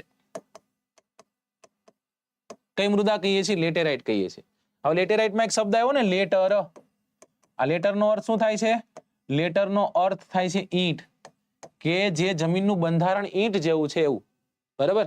એને આપણે લેટેરાઇટ કહીએ છીએ. ઓકે, ઘણા લેટર હોય. એક લેટર એટલે I will talk to you letter, પછી કોઈ દી મેસેજ નો આવે ઈ. એક લેટર એટલે ફૂલ તુમે ભેજા હે ખત મેં, ખત લેટર. અને એક લેટર એટલે ઈંટ, બરાબર? બે માં જવાબ નો આવે એટલે સીધું માથા મારવાની ઈંટ. ઓકે સાહેબ, આ નથી સમજાતું, નથી યાદ રહેવું. જો અહીંયા દીધું લેટર નો અર્થ શું થાય? તો કે ઈંટ. લેટેરાઇટ માં તે દીધું છે લેટર નો અર્થ થાય છે ઈંટ. આ પડખાવમાં શું લખેલું છે સાહેબ? સંધિ છૂટી પડો. મહેશ સોલંકી સાહેબ શું કહે છે? પડ વત્તા ખાવું. શું કહે છે? પડ વત્તા ખાવું એટલે પડખાવું. પડ વત્તા ખાવું એટલે પડખાવું. આ પડ એટલે શું થાય? પડ એટલે લેયર થાય. અને ખાવ એટલે શું થાય? ખાવ એટલે ખાવ, ખવાણ થવું. અને શું કહેવાય? ખવાણ થવું. ઓકે, હવે આવું ક્યાં થાય? આવું જે જગ્યા પર વરસાદ વધુ હોય ત્યાં, વધુ વરસાદિત વિસ્તારમાં. હવે વધુ વરસાદિત વિસ્તારમાં એટલે બધા લોકો અલગ અલગ વરસાદિત વિસ્તારને અલગ અલગ રીતના જોશે ને. જેમ કે કચ્છવાળા લોકો હશે, કચ્છવાળા લોકો શું કહેશે કે ઓ બાપ રે, બહુ જબરો વરસાદ પડ્યો છે, 40 સેન્ટીમીટર જેટલો વરસાદ. સમજાઈ ગયું? જ્યારે ગુજરાતનો 83 સેન્ટીમીટર વરસાદ હોય. હવે આપણે બધા ભેગા થઈને આપણે જો મેઘાલયમાં ગયા હોય તો ચેરાપુંજી, મોસિનરમ ને વિસ્તારમાં તો 1200 સેન્ટીમીટર વરસાદ પડે, હેને? પણ એક વરસાદ રેખા તો નક્કી થશે ને કે આટલો કઈક વરસાદ હોય તો. ચલો મને કહેજો કે કેટલો વરસાદ હોય એ પ્રકારના વિસ્તારોમાં આ પ્રકારની જમીન જોવા મળે. જમીનનું નામ લેટિન શબ્દ છે, લેટર શબ્દ ઉપરથી ઉતરી આવ્યું, જેનો મતલબ થાય છે ઈંટ. રાતા રંગની જમીન છે, મતલબ રેડિશ ઇન નેચર છે, બરાબર. શું કામ રેડ કલર શું કામ છે? આનો રંગ રાતો કેમ છે? આનો રંગ રાતો એમાં કોઈ એક કેમિકલ પ્રેઝન્ટ હશે, લોહ ઓક્સાઇડના કારણે છે. કેના કારણે છે દોસ્તો? લોહ ઓક્સાઇડના કારણે. જો વધુ પર્વતાળ વિસ્તાર હશે, ઊંચા પર્વતાળ વિસ્તાર હશે ને, ત્યાં આ પ્રકારની જમીન જોવા મળશે. કેમ કે જે ઓલા વાદળા ઉપર ચડ્યા હોય ને, આ વાદળોએ શું કર્યું? અહીં વર્ષા કરી હોય. સ્વાભાવિક છે કે વધુ વરસાદ થવાનો છે. હા સાહેબ, વધુ વરસાદ થવાનો છે. અને વધુ વરસાદ થતું હોવાના કારણે આ ઉપરનું પડ છે શું થશે? એ પડનું ખવાણ ધોવાણ થશે. એ જશે ક્યાં? તો કે એ જશે કોઈ જગ્યા પર, કોઈ તળેટી પર. એટલે તમે જે પર્વતાળ જમીનને જુઓ ને, પર્વતાળ જમીનને, આ લેટેરાઇટ જમીન છે. લેટેરાઇટ જમીન પર્વતાળ હોઈ શકે. પર્વતાળ જમીન છે ને, એ જ્યાં તળ હોય ને એનું, એ જગ્યા પર એનું સ્તર છે એ બહુ મોટું હોય છે. અહીંયા બહુ પાતળી જમીન હોય છે. ઓકે, અને આને આપણે શું કહેવાય? આજે એનું ખવાણ ધોવાણ થયું ને કહેવાય સોઇલ અથવા તો લેન્ડ લીચિંગ. શું કહેવાય છે? સોઇલ લીચિંગ અથવા તો લેન્ડ લીચિંગ કહીએ છીએ. ઉપરનો ભાગ છે, ઉપરનો ભાગ શું થઈ જાય છે? એનું ખવાણ થઈ જાય છે. એટલે જ્યારે ભીની થાય ત્યારે કેવી થઈ જાય? માખણ જેવી, મુલાયમ થઈ જાય. પણ સુકાય ત્યારે કેવી થઈ જાય? સખત બની જાય છે. સૂકી અને ભેજવાળી આબોહવા એના પરિવર્તનથી સિલિકામય પદાર્થો છે, એ સિલિકામય પદાર્થોના નિવારણથી ન તેનું શું થાય છે? નિર્માણ કાર્ય થાય છે. સાહેબ ક્યાં જોવા મળે? ભારતના દ્વીપકલ્પીય ઉચ્ચ પ્રદેશમાં જે ઊંચાણવાળા ભાગો છે એ જગ્યા પર જોવા મળશે. ખાસ કરીને જ્યાં તમે 7 સિસ્ટર્સના રાજ્યો ક્યાંય જોશો એ જગ્યા પર આપણને જોવા મળશે. જે જગ્યા પર વરસાદ વધુ છે એ જગ્યા પર આ પ્રકારની જમીન જોવા મળશે. આ જમીનમાં લોહ તત્વ છે, પોટાશ છે, એલ્યુમિનિયમ છે, વધારે જોવા મળશે. સાહેબ જમીન ફળદ્રુપ હશે કે બિન ફળદ્રુપ? તમે જ મને કહો તો એનું પડ પાતળું છે કેવી હશે? ઓછી ફળદ્રુપ હશે. ફળદ્રુપતા એની ઓછી હશે, પણ છતાં પણ ખાતર બાતર નાખી અને પાક થઈ શકશે. સાહેબ પાક કરવા મારે કયા પાક કરશું? ડાંગર છે, રાગી છે, કોફી છે, ચા છે, કાજુ છે, સિંકોના છે, રબર છે, આ બધી ખેતી થશે અહીંયા, બરાબર. આને આપણે પડખાવ જમીન કહીએ છીએ. કેવી જમીન કહીએ છીએ? પડખાવ. તમને પ્રશ્ન પૂછે કે કયા પ્રકારની ખેતી થશે, તો કે જો બાગાયતી ખેતી થશે. કેવી ખેતી થશે? બાગાયતી ખેતી અહીંયા તમને થતી જોવા મળવાની છે. હવે એમ કીધું હોય તમને ચા કયા પ્રકારની જમીનમાં થાય, પછી દીધું હોય લેટેરાઇટ પ્રકાર, અને પછી દીધું હોય પર્વતાળ જમીનમાં. એટલે આપણે શું કરી ખબર? આપણે એમ કહી પર્વતાળ ક્યાંક વાંચ્યું હોય, લેટેરાઇટ નો કરી. લેટેરાઇટ ક્યાંક વાંચ્યું હોય, પર્વતાળ નો કરી. પર્વતાળ વિસ્તારમાં જ વધારે વરસાદ પડે ત્યાં લેટેરાઇટ જમીન છે. બંનેમાં આપણને ચા થતી જોવા મળે છે. એ ચાના બગીચાઓ છે એ આપણે ક્યાં જોઈએ છીએ? આપણે જોઈએ છીએ 7 સિસ્ટર્સના રાજ્યો છે જગ્યા પર, હે ને? એટલે એવું જ નહીં, સારામાં સારી ચા 7 સિસ્ટરના રાજ્ય એમ નથી થતા. એ કઈ જગ્યા પર થાય છે? એ આપણને થતી જોવા મળે છે પશ્ચિમ બંગાળ. પશ્ચિમ બંગાળની ઉત્તરે આવેલી જે દાર્જિલિંગની ટેકરીઓ છે ત્યાં. એટલે તે કહીએ છીએ કે દાર્જિલિંગની ચા એટલે ભારતની સર્વશ્રેષ્ઠ ચા. કેટલા અપાની નહીં. ઓકે, પડખાવ જમીન વાંચી લઉં ને, લેટેરાઇટ અથવા તો પડખાવ જમીન. આ જમીનનું નામ લેટિન ભાષાના શબ્દ લેટર એટલે કે ઈંટ પરથી આવ્યું છે. લાલ રંગ લોહ ઓક્સાઇડના કારણે છે. જમીન ભીની થાય ત્યારે માખણ જેવી મુલાયમ બને છે, સુકાય ત્યારે સખત બને છે. સૂકી અને ભેજવાળી આબોહવાના પરિવર્તનથી અને સિલિકામય પદાર્થોના નિવારણથી તેનું નિર્માણ કાર્ય જે છે નિર્માણ થાય છે. ભારતીય દ્વીપકલ્પીય ઉચ્ચ પ્રદેશમાં ઊંચાણવાળા ભાગોમાં વિકસિત થયેલી જોવા મળે છે. આ પ્રકારની જમીનમાં મુખ્યત્વે લોહ તત્વ છે, પોટાશ છે, એલ્યુમિનિયમ છે, એની માત્રા વધુ જોવા મળશે. આ સાથોસાથ આ જમીન ઓછી ફળદ્રુપ હોય છે, પણ તેમાં ખાતરો નાખી અને કપાસ, ડાંગર, રાગી, શેરડી, ચા, કાજુ વગેરે જેવા પાકો લાવી શકાય છે. અને આ જમીનને પડખાવ જમીન તરીકે ઓળખવામાં આવે છે. ઓકે, ચલો, પસંદ આવતા હે કામ તો એક વખત દોસ્તો લાઈક કરી દો. એક વખત લાઈક કરો સેશનને. સતત મારા લેક્ચરમાં તમે એક વાત જોઈએ છે કે સતત જે હું તમને ભણાવું છું એમાં આજ દિવસ સુધી આપણે કન્ટિન્યુટી જે રહી છે એ આપણે આ ચોપડી સિરીઝમાં રહી છે. હું બહુ ઓછી જગ્યાએ પેપર લઈને આવ્યો છું, બરાબર ને? કેમ કે મારું કેવું એવું છે કે હું તમને જે શેર કન્ટેન્ટ છે, જે બહુ મહત્વનું કન્ટેન્ટ છે એ તમને આપું, રાઈટ? બાકી તાજેતરનો કોઈ એક પરીક્ષા લક્ષી કાંઈ બાબત આવી હોય ને એનો વિડીયો લઈને આવીશ તો બહુ બધા વ્યૂ હોવાના છે. પણ યાદ રાખજો, વ્યૂ માટે આપણે નથી મથતા હોતા, કામ નથી કરતા હોતા. જે પણ ભણીએ એ આપણે કેવું ભણીએ છીએ? વિથ ડિટેલ ભણીએ છીએ. હું તમને ખાતરી સાથે કહું છું કે 6થા ધોરણથી લઈને 10મા ધોરણના આજે લેક્ચર નંબર 4 પહોંચ્યા છીએ આપણે. હજી 2 કે 3 લેક્ચર થશે. આ તમે ભણી જશો, આટલું તમે કરીને જશો એટલે જીસીઆરટી માંથી તમારો કોઈ પ્રશ્ન પડે અને તમને નહીં આવડે એવું નહીં બને, રાઈટ? આખી સિરીઝ છે, એવી જ રીતના દિલથી બનાવી છે. જ્યારે પહેલો લેક્ચર બનાવ્યો ત્યારે તે એ જ દિલથી બનાવી હતી કે આને આખી ભણાવી છે અને બહુ સરસ ભણાવી છે. હજી 11મું ધોરણ પણ આવશે, 12મું ધોરણ પણ આવશે. 11માની ફિઝિકલ જ્યોગ્રાફી લઈને આવીશ. 11 અને 12ની જે હિસ્ટ્રી છે, હિસ્ટ્રી પણ તમારી સમક્ષ લઈને આવીશું. એટલે જીસીઆરટીમાં તમારે ખરેખર હું તમને એમ કહું ક્યાંય મૂંઝાવાની જરૂર નથી. કોઈ જગ્યાએ કદાચ નહીં જાવ તો ચાલશે, બરાબર. જવું હોય તો મને કોઈ વાંધો છે નહીં. ક્યાંય સારું મળતું હોય તો લઈ જ લેવાય. આ ચેનલમાં ગમે એ ચેનલમાં તમને મળતું હોય, તમને લાગે કે તમારા માટે ઉપયોગી છે તો ઉપાડી જ લેવાય. તમે મને એમ કહો કે સાહેબ આમાં બધો તમે સારી રીતના ભણાવી શકશો, તો હું તમને એ કહું છું કે આમાં આપણે કાંઈ કમી રાખશું નહીં. રાઈટ? એક વખત લાઈક અને શેર કરો. તમારું કામ ખાલી એટલું જ છે કે લોકો સુધી પહોંચાડવાનું. મારું કામ સારામાં સારું કન્ટેન્ટ દેવાનું. પછી જો આપણે બે ધબધબાટી બોલાવીએ. યસ, સેમિનાર છે, હમણાં આવશે એ આવશે. ચલો,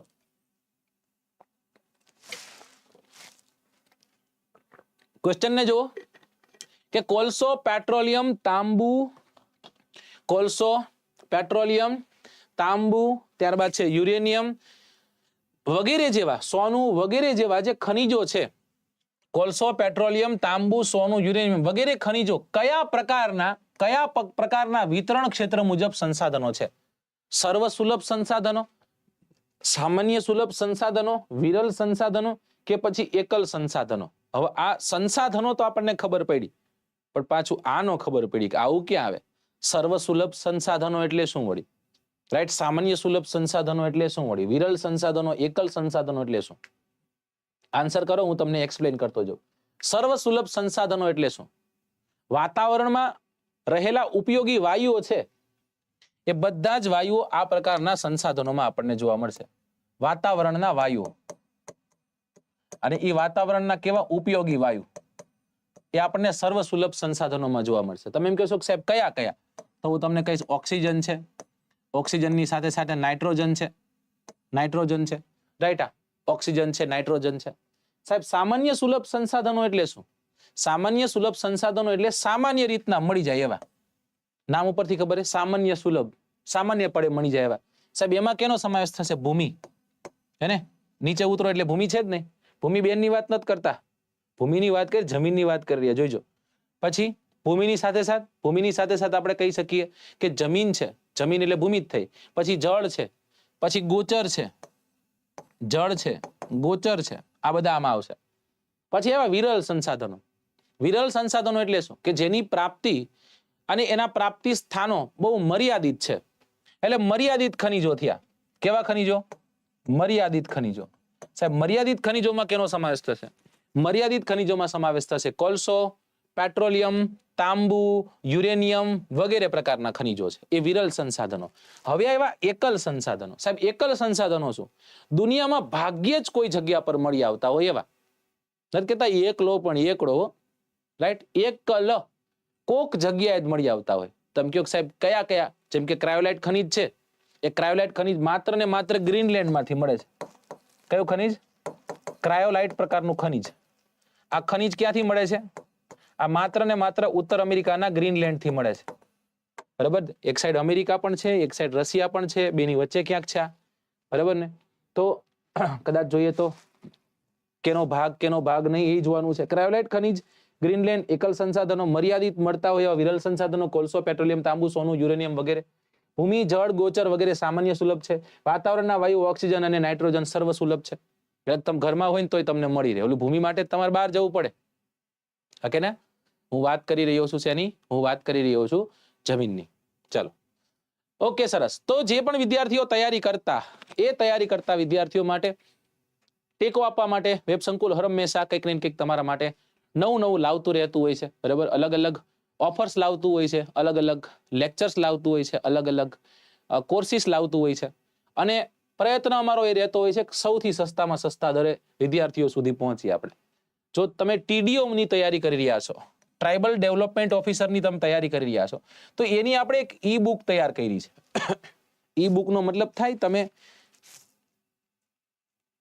સમજી ગયા ને? એવડી, બરાબર? માત્ર 99 રૂપિયામાં છે. કેટલા રૂપિયામાં છે? 99 રૂપિયામાં. TDO ના પેપર 2 200 માર્કના સંપૂર્ણ અભ્યાસક્રમ જે છે એ વિસ્તૃત રીતના અહીં આપ્યું છે, બરાબર? સંદર્ભ ગ્રંથો અને માહિતીઓ જે છે એનું સચોટ વર્ણન છે. સંબંધિત કાયદાઓ છે, જોગવાઈઓ છે, યોજનાઓ છે, અહેવાલોની જે પરીક્ષાલક્ષી માહિતી છે, આદિવાસી જીવન અને સંસ્કૃતિનું વર્ણન જો કદાચ જોવું હોય તો છે, કેન્દ્રીય અને રાજ્ય સરકારની જે આદિજાતિ યોજનાઓ છે, લોક પ્રકાશન છે, નીતિશાસ્ત્ર વગેરેના જે વિષયોની વિસ્તૃત સમજ આપવામાં આવેલી છે. એની સાથે સાથે 3 મંથનું જો કરંટ અફેર્સ આવનારી કોઈ નજદીકની પરીક્ષાની તૈયારી કરતા હોય અને કરંટ અફેર્સ તમે પરચેસ કરો 100 રૂપિયાનું હોય, 300 રૂપિયાનું થાય. પણ ખબર છે કરંટ અફેર્સ એક એવું મેગેઝિન છે કે જેને આપણે વાંચીને પછી એને પસ્તીમાં જ દેવાનું રહે. હા કે ના? હા સાહેબ, સાચી વાત છે. તો આના માટે આપણે 49 રૂપિયામાં એક ઈ બુક તૈયાર કરી છે કે જેમાં કરંટ એક્સપ્રેસ આપણા 3 મહિનાનું કરંટ અફેર્સ છે એ તમને અહીંયા મળશે. બરાબર? તો એના માટે તમારે શું કરવાનું છે? 49 રૂપિયા ખર્ચવાના છે. કઈ જગ્યા પર જવાનું છે? તો એક આપણી સાઇટ છે www.websamkul.org પર. ત્યાં જશો એટલે તમને અલગ અલગ ઓપ્શન મળશે, ત્યાંથી તમે ગોતી જ લેશો. હોશિયાર છો, ઈ બુક નો ઓપ્શન હશે, એમાં તમે ગોતી લેવાના છો. તો ગોતી લ્યો. બરાબર ને? અહીંયા તમને મળે છે તો ગોતી લ્યો.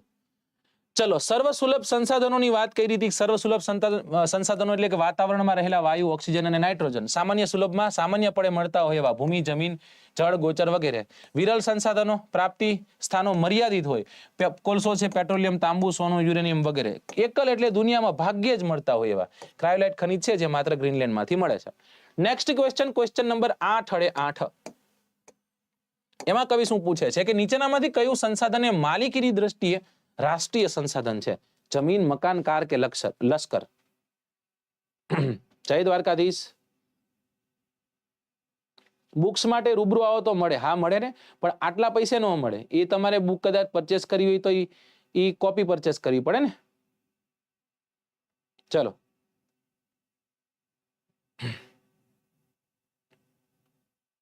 કોન્સ્ટેબલની અજીતભાઈ નથી ચાલુ થઈ પણ પીએસઆઈ ની ચાલુ થઈ ગઈ છે. તો જો કદાચ તમે કોન્સ્ટેબલની તૈયારી કરવા જ માંગો છો તો પીએસઆઈ ની બેચમાં આવી જાઓ. કારણ કે પીએસઆઈ ની બેચમાં તમને ઇંગ્લિશ અને ગુજરાતી એક્સ્ટ્રા મળશે. તો કદાચ એવું સંભળાય કે ઇંગ્લિશ અને ગુજરાતી કોન્સ્ટેબલમાં એડ કરે તો ફાયદો થઈ જાય, અને કદાચ ન કરે તો આવનારી બધી પરીક્ષામાં તમને કામ લાગશે. રાજકોટમાં પીએસઆઈ ની બેચ ચાલુ થઈ છે. 8:30 થી 10:30 નો સમય છે. આમાં સાચો આન્સર શું છે? લશ્કર નહીં, લશ્કર. ચલો, સાચો આન્સર શું બનશે અહીંયા? સાચો આન્સર શું બને છે?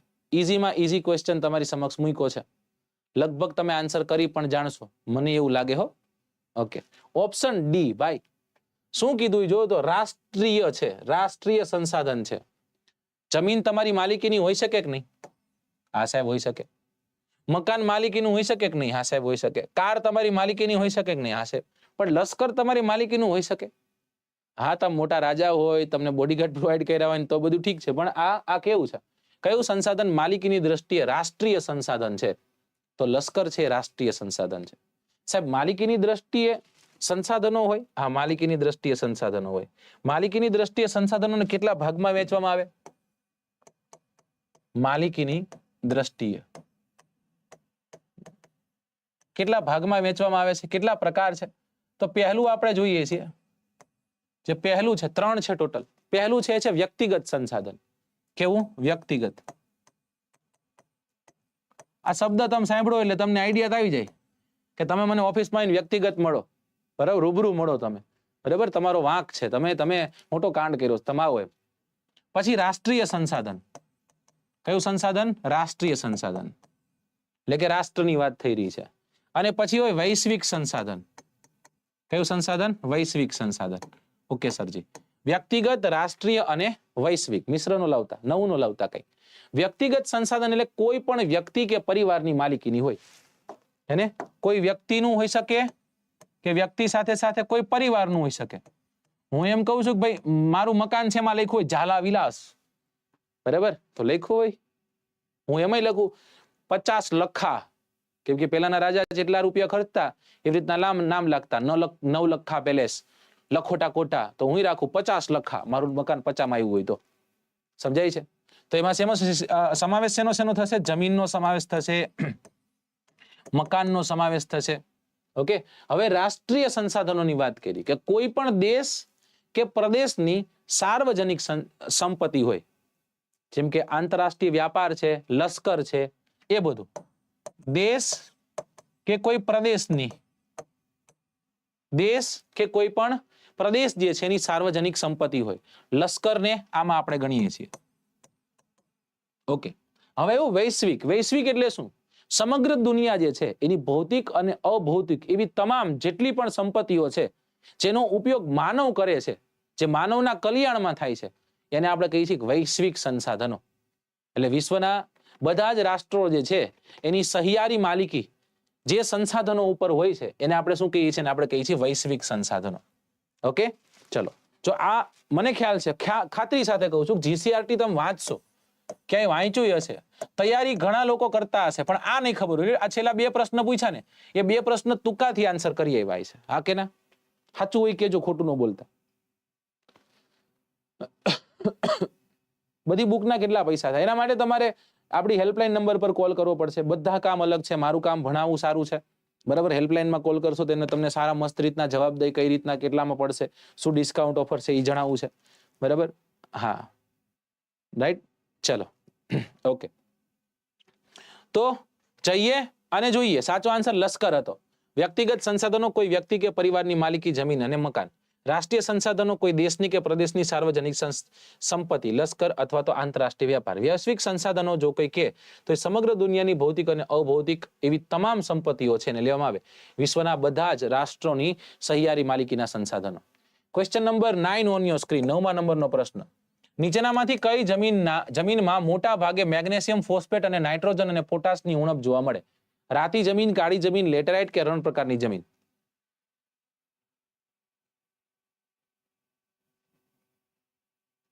ચલો. જેટલા લોકોએ લાઈક નથી કરી ને ખાલી લાઈક કરી દેશો ને, એટલે અત્યારે ને અત્યારે તે ખાતરી સાથે કહું છું કે અત્યારે તે આ સેશન છે એમાં 1000 કરતા વધારે લાઈક થઈ જશે. કેમ કે 100 કરતા વધારે છોકરા એવા છે કે જેને આ સેશન લાઈક નહીં કર્યું હોય, હંતાઈને બેઠા છે આવી રીતના. તો એ લોકોને કહું છું એક વખત લાઈક કરી દો.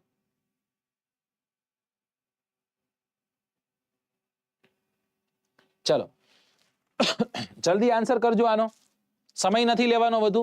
જમીનમાં મોટે ભાગે મેગ્નેશિયમ ફોસ્ફેટ, નાઇટ્રોજન અને પોટાશની ઉણપ જોવા મળે.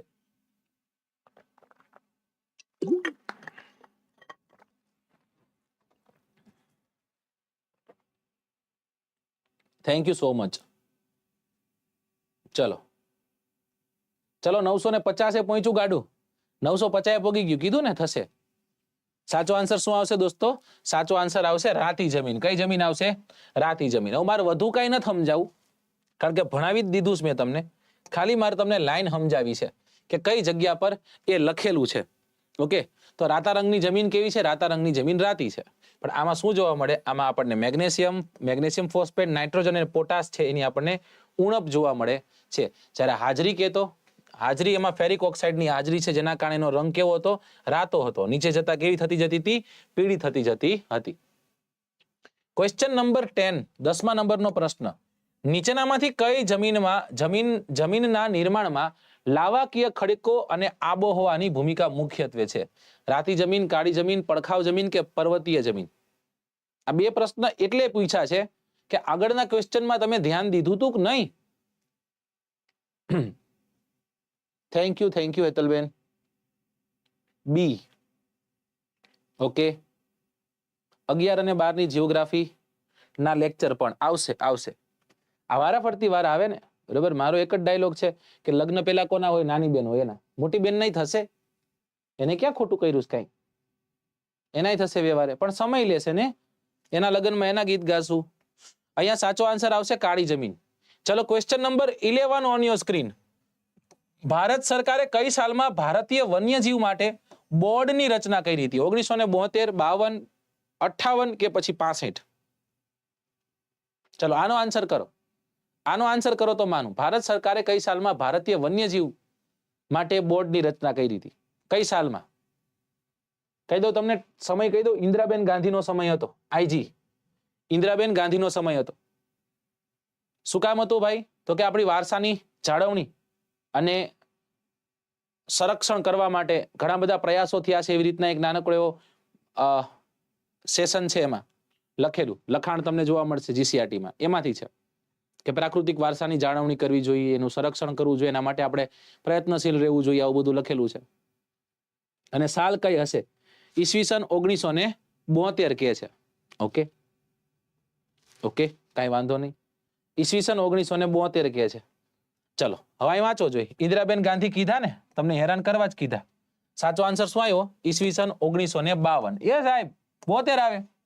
વાંચો. ભારત સરકારે કઈ સાલમાં ભારતીય વન્યજીવો માટે બોર્ડની રચના કરી હતી? સમજાઈ ગયું? બોર્ડની રચના થઈ છે. ઈસવીસન 1952 સાલમાં ભારત સરકારે વન્યજીવો માટે બોર્ડની રચના કરી હતી. અને એના જ અનુસાર વન્યજીવો છે એના સંરક્ષણ માટે સંરક્ષણ પૂરું પાડવા માટે રાષ્ટ્રીય ઉદ્યાનો છે, ત્યારબાદ પક્ષી વિહારો છે વગેરે સ્થાપવાની વાત થઈ હતી. રાઈટ? એના સૂચનો જે છે, સલાહ સૂચનો જે છે એના માટે વન્ય સંરક્ષણ પ્રત્યે જાગૃતિ મેળવવા માટે આ બોર્ડની રચના થઈ છે. અને એ જ બોર્ડ અંતર્ગત આગળ જતા ઈસવીસન 1972 સાલમાં ઇન ધ યર ઓફ 1972 વન્યજીવોને લગતો કાયદો ઘણાનો, જેને આપણે વાઇલ્ડ લાઈફ પ્રોટેક્શન એક્ટ કહીએ છીએ. શું કહીએ છીએ? Wild life protection act. Right? Wild life protection act અમલમાં આવ્યો અને આના જ અંતર્ગત રાષ્ટ્રીય ઉદ્યાનો, અભયારણ્યો અને આરક્ષિત વિસ્તારો છે એનો સમાવેશ થયો. એટલા જ માટે ઈસવીસન 1972 પહેલા જો કદાચ તમે ભારતના નેશનલ પાર્કોની સંખ્યા જુઓ 5 જ હતી, પણ 72 થી લઈને તમે 23 સુધી આવો ને તો 101 નવા બન્યા. આજે 106 છે, તો 101 72 પછી બનેલા છે. એનું કારણ એકમાત્ર છે. કારણ એ છે કે જો સાહેબ કાયદો જ નહોતો તો પછી કાયદાકીય વાત જ કઈ રીતના કરવી? સમજાય છે? ઓકે, હા બરાબર ને? પેક થઈ ગયા ને બધા? કાંઈ વાંધો નહીં. ચલો, ભૂલો અહીંયા જ કરવાની હોય, ભૂલો ત્યાં જઈને થોડી કરવાની હોય. આપણે વારસાની જાળવણી અને સંરક્ષણ માટે થયેલા પ્રયાસો. પ્રાકૃતિક વારસાની જાળવણી અને સંરક્ષણ માટે થયેલા પ્રયાસો નીચે મુજબ. 1952 ભારત સરકારે ભારતીય વન્યજીવો માટે બોર્ડની રચના કરી. તે અનુસાર વન્યજીવોના સંરક્ષણ માટે સાધનો પૂરા પાડવા રાષ્ટ્રીય ઉદ્યાન, પક્ષી વિહાર, પક્ષી ઘરો વગેરેનું નિર્માણ કરવા માટે સલાહ સૂચનો અથવા તો સલાહ સૂચનો આપવા તથા વન્યજીવોને સંરક્ષણ પ્રત્યે જાગૃતિ ફેલાવવાનું કાર્ય કરે છે. ઈસવીસન 1972 વન્યજીવને લગતા કાયદાઓ અમલમાં આવ્યા, જેમાં રાષ્ટ્રીય ઉદ્યાનો, અભયારણ્યો અને આરક્ષિત વિસ્તારો છે એનો સમાવેશ થાય છે. એને યાદ રાખજો, ઇન્દિરાબેન ગાંધીના સમય પછી તે કેટલા 101 જેટલા નેશનલ પાર્કો બન્યા છે. ચલો નેક્સ્ટ ક્વેશ્ચન, ક્વેશ્ચન નંબર 12. 12મો પ્રશ્ન શું છે? દેશના સંગ્રહાલયો એટલે કે મ્યુઝિયમનું રાજ્ય અને એના નામનું જે જોડકું છે એ યોગ્ય જોડવાનું છે. રાષ્ટ્રીય માનવ સંગ્રહાલય, ભારતીય સંગ્રહાલય, અલારગંજ સંગ્રહાલય અને રાષ્ટ્રીય સંગ્રહાલય, નવી દિલ્હી, આંધ્રપ્રદેશ, પશ્ચિમ બંગાળ અને મધ્યપ્રદેશ. કોષ્ટક છે, કોષ્ટકમાંથી આ પ્રશ્ન છે. ક્યારેક આવો કોષ્ટક પૂછી નાખે આપણે હેરાન થઈ જાય. સાહિત્ય ખૂબ સરસ કરાયું. Thank you so much. મને સાહિત્ય બહુ ગમે છે એટલા માટે મેં સાહિત્ય સારું કરાયું હશે. ચલો જોવો જોઈએ, કરો જોઈએ આન્સર આનો.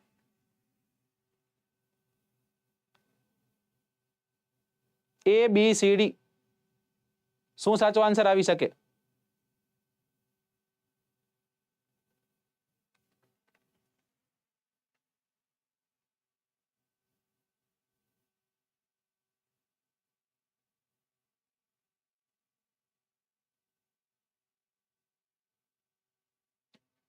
કરો કરો કરો કરો. ચલો સાચો આન્સર છે ભાઈ. સાચો આન્સર શું છે? ચારેય સાચા છે. આમ જોઈએ તો ફૂટી ગયું કહેવાય. રાઈટ? ચોથા નંબરનું જે છે, ચોથા નંબરનું સાચું છે. અહીંયા હું તમને સીધું આપી દઉં છું. રાઈટ? જો રાષ્ટ્રીય સંગ્રહાલય કઈ જગ્યા પર છે એ આપણને જોવા મળે છે નવી દિલ્હી ખાતે. બરાબર? દિલ્હી રાજ્ય કેન્દ્ર શાસિત પ્રદેશ છે. ભારતીય સંગ્રહાલય ક્યાં છે? કલકત્તા ખાતે, પશ્ચિમ બંગાળ, મમતા બેનર્જી, ખેલા હોબે. બરાબર? છત્રપતિ શિવાજી મહારાજ વાસ્તુ સંગ્રહાલય, પ્રિન્સ ઓફ વેલ્સ મ્યુઝિયમ, જેને મુંબઈ ખાતે છે મહારાષ્ટ્રના. ત્યારબાદ છે સલારગંજ સંગ્રહાલય, હૈદરાબાદ, આંધ્રપ્રદેશ છે. રાષ્ટ્રીય માનવ સંગ્રહાલય ભોપાલ ખાતે છે, મધ્યપ્રદેશ. બરાબર? ત્યારબાદ છે લાલભાઈ દલપતભાઈ સંગ્રહાલય, જેને આપણે કહીએ છીએ LD institute of Indology, Ahmedabad, Gujarat ખાતે આવેલું છે. ઓકે, આમાં સાહિત્ય કાંઈ હતું નહીં, પણ સાહિત્યની વાતો તો કહેવાય જ ત્યાંને. હે, સાહિત્યની વાતો જ કહેવાય, કારણ કે સાહિત્ય સાથે જોડાયેલું જ છે ને. સાહિત્ય, તમે એમ કહો છો કે સાહિત્ય પસંદ છે, તો ઘણા બધા સાહિત્યકારો મને ગમતા હોય છે. અને સર્ચ કરજો, મારા નામથી તમે સર્ચ કરજો એટલે તમને સાહિત્યના લેક્ચર્સ મળી જશે. રાઈટ? અને ઘણા બધા સાહિત્યકારો છે જેને હું વાંચવાનું પસંદ કરું છું. અને મારા ફેવરિટ કદાચ તમે પૂછો ને તમે એમ કહો કે સાહેબ કોઈ એક સાહિત્યકાર છે જેને મારે વાંચવા છે, તો હું તમને જરૂર કહીશ કે તમે વાંચી શકો જલન માત્રી સાહેબને, કારણ કે જેટલું વાંચશો એટલું તમને આનંદ જ આવશે. પછી ખલીલ ધનતેજવી સાહેબ છે, એને તમે વાંચો, તમને આનંદ જ તે આવશે. ઘણા બધા સાહિત્યકારો છે, કદાચ તમે પ્રાચીન સાહિત્યકારો જાઓ, દલપતને તમે વાંચો તો બહુ આનંદ આવે એવો છે. એટલે પછી તમારી રુચિ પર પણ આધાર રાખે છે કે તમને કેવું વાંચવું ગમે છે, બરાબર. કારણ કે આ સમય અલગ છે ને, સમય સંજોગ અલગ રહેતા હોય છે.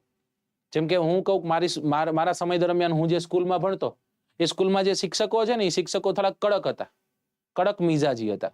કદાચ તમે લેટ આવ્યા હોય, એમાંય તે 5 શિક્ષકમાંથી એક શિક્ષક તો હિટલર જ હતો. કાયદેસર આપણે એને જોઈ જઈને 5 વાગ્યા પછી જ્યારે છૂટી જઈએ છીએ શાળાથી, અને પછી પણ જો કદાચ આપણે રમવા ગયા હોય દોસ્તો, તો એ જગ્યા પર પણ એ શિક્ષકને આપણે જોઈ જઈએ તો આપણે ઘરે પાછા આવતા રહેતા. અને આજકાલના શિક્ષકોને આપણે જોઈએ છીએ, આજકાલના જો શિક્ષક તો શિક્ષક છે, પણ બદલતી જતી આ જનરેશન છે, એના કારણે એના થોડા ઘણા લક્ષણો તો આપણને એમાં જોવા મળશે.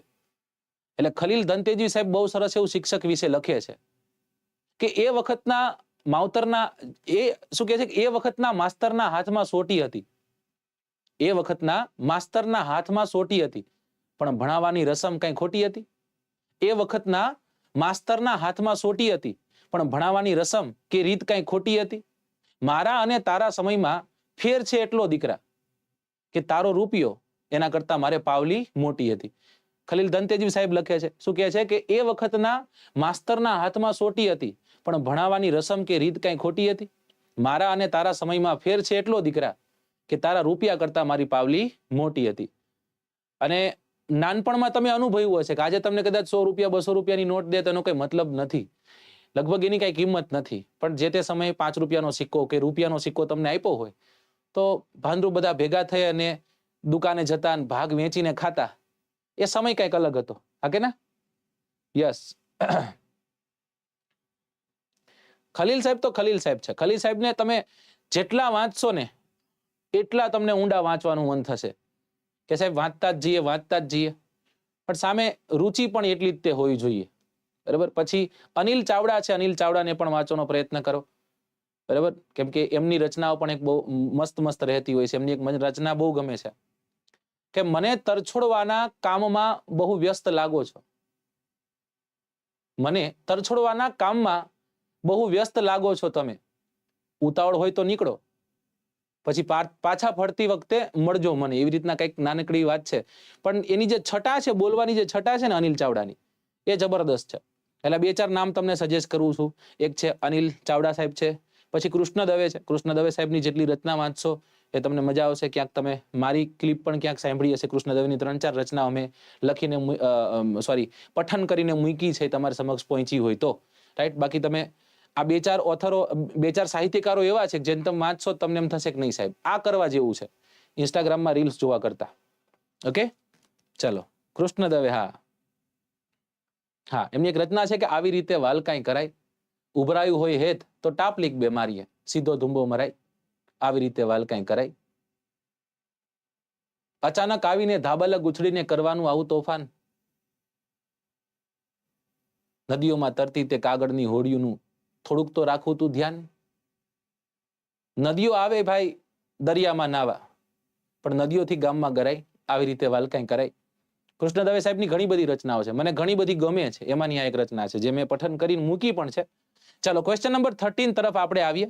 સાહિત્યકારોની જ વાત છે તો સાહિત્ય સાથે જ જોડાયેલી એક વાત છે કે મને કહેતા ગર્વ થાય છે કે જે ધર્મનો હું પ્રતિનિધિ છું, તે ધર્મે જગતને સહિષ્ણુતા અને વિશ્વબંધુના પાઠો છે, એ પાઠોને શીખવ્યા છે. આ કોને કીધેલું છે, કઈ જગ્યા પર કીધેલું છે, એ ખ્યાલ હોય તો એ પણ કહી દેજો. અને કોને કીધેલું છે તમારે મને કહેવાનું છે ખાલી. ચલો. ગાંધીજી, સ્વામી વિવેકાનંદ, રવિન્દ્રનાથ ટેગોર કે સ્વામી દયાનંદ સરસ્વતી?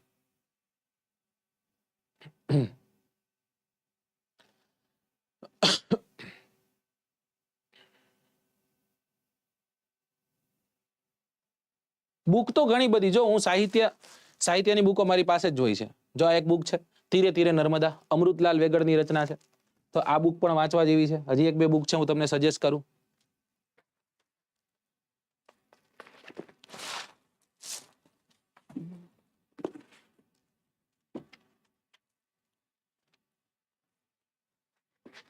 ચલો, તમારે જો કૃષ્ણ ભગવાનને વાંચવા હોય તો કૃષ્ણ અવતાર કરીને કનૈલાલ માણેકલાલ મુનશીની બુક લખાણી છે, 3 ભાગોમાં છે, રાઈટ? એને તમે વાંચી શકો.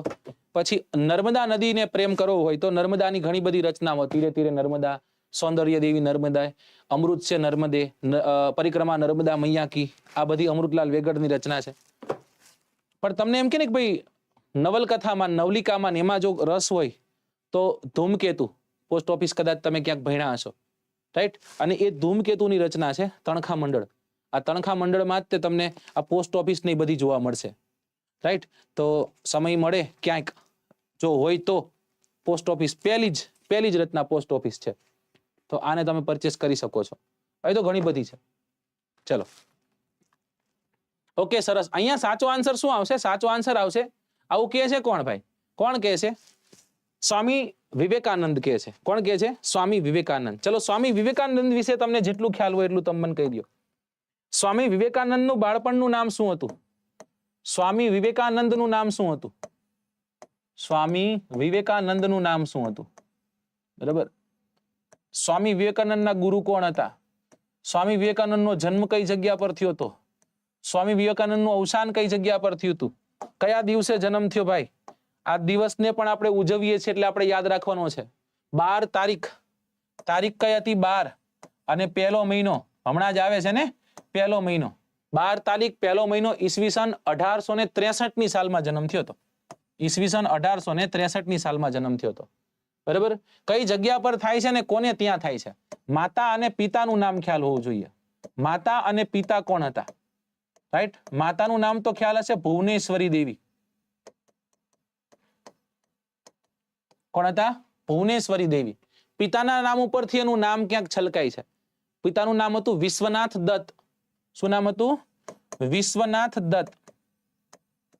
જ્યારે સ્વામી વિવેકાનંદનું ખરું નામ હતું નરેન્દ્રનાથ દત્ત. શું નામ હતું દોસ્તો? નરેન્દ્રનાથ દત્ત. ક્યારે જન્મ થયો? 12/1 ઈસવીસન 1863 સાલમાં. ઈસવીસન 1902 ની સાલ આવે છે અને ઈસવીસન 1902 ની સાલમાં બેલુર ખાતે એમનું અવસાન થાય છે. કઈ સાલમાં? જન્મ હવે આવ્યા ઈસવીસન 1902, બેલુર ખાતે અવસાન થાય છે. સ્વામી વિવેકાનંદજીની ખાસ વાત એ છે, જો ગુરુનું નામ કહી દઉં તમને. સ્વામી વિવેકાનંદના ગુરુનું નામ શું હતું? રામકૃષ્ણ પરમહંસને પણ પોતાના ગુરુ માન્યા હતા ને. પરમહંસ એક હેલિકોપ્ટર સેવા પણ છે, એ તમને ખ્યાલ હોવો જોઈએ. બરાબર. આ રામકૃષ્ણ પરમહંસ મિશનને તેઓએ આગળ વધાર્યું હતું. પણ વિવેકાનંદને લોકો ઓળખતા ક્યારે થયા? તો વિવેકાનંદને લોકો ઓળખતા ત્યારે થયા કે જ્યારે એ શિકાગો ખાતે જાય છે. સાહેબ, શિકાગો ખાતે શું કામ જાય છે? તો કે પાર્લામેન્ટ ઓફ રિલિજિયન્સ ભરાય છે. શું ભરાય છે? પાર્લામેન્ટ ઓફ રિલિજિયન્સ ભરાય છે. અને એ પાર્લામેન્ટ ઓફ રિલિજિયન્સમાં જાય છે ઈસવીસન 1893 ની સાલમાં. કઈ જગ્યા પર જાય છે? શિકાગો ખાતે જાય છે. અને એ જગ્યા પર એમને બોલવાનો મોકો મળે છે. એમ કે છે my brothers and sisters to America, sisters of America. સૌ પ્રથમ વખત ભાઈઓ તથા બહેનો કોઈને કોઈ સ્પીચની શરૂઆત કોઈ વ્યક્તિએ કરી હોય તો એ કોણ હતા? વિવેકાનંદજી હતા.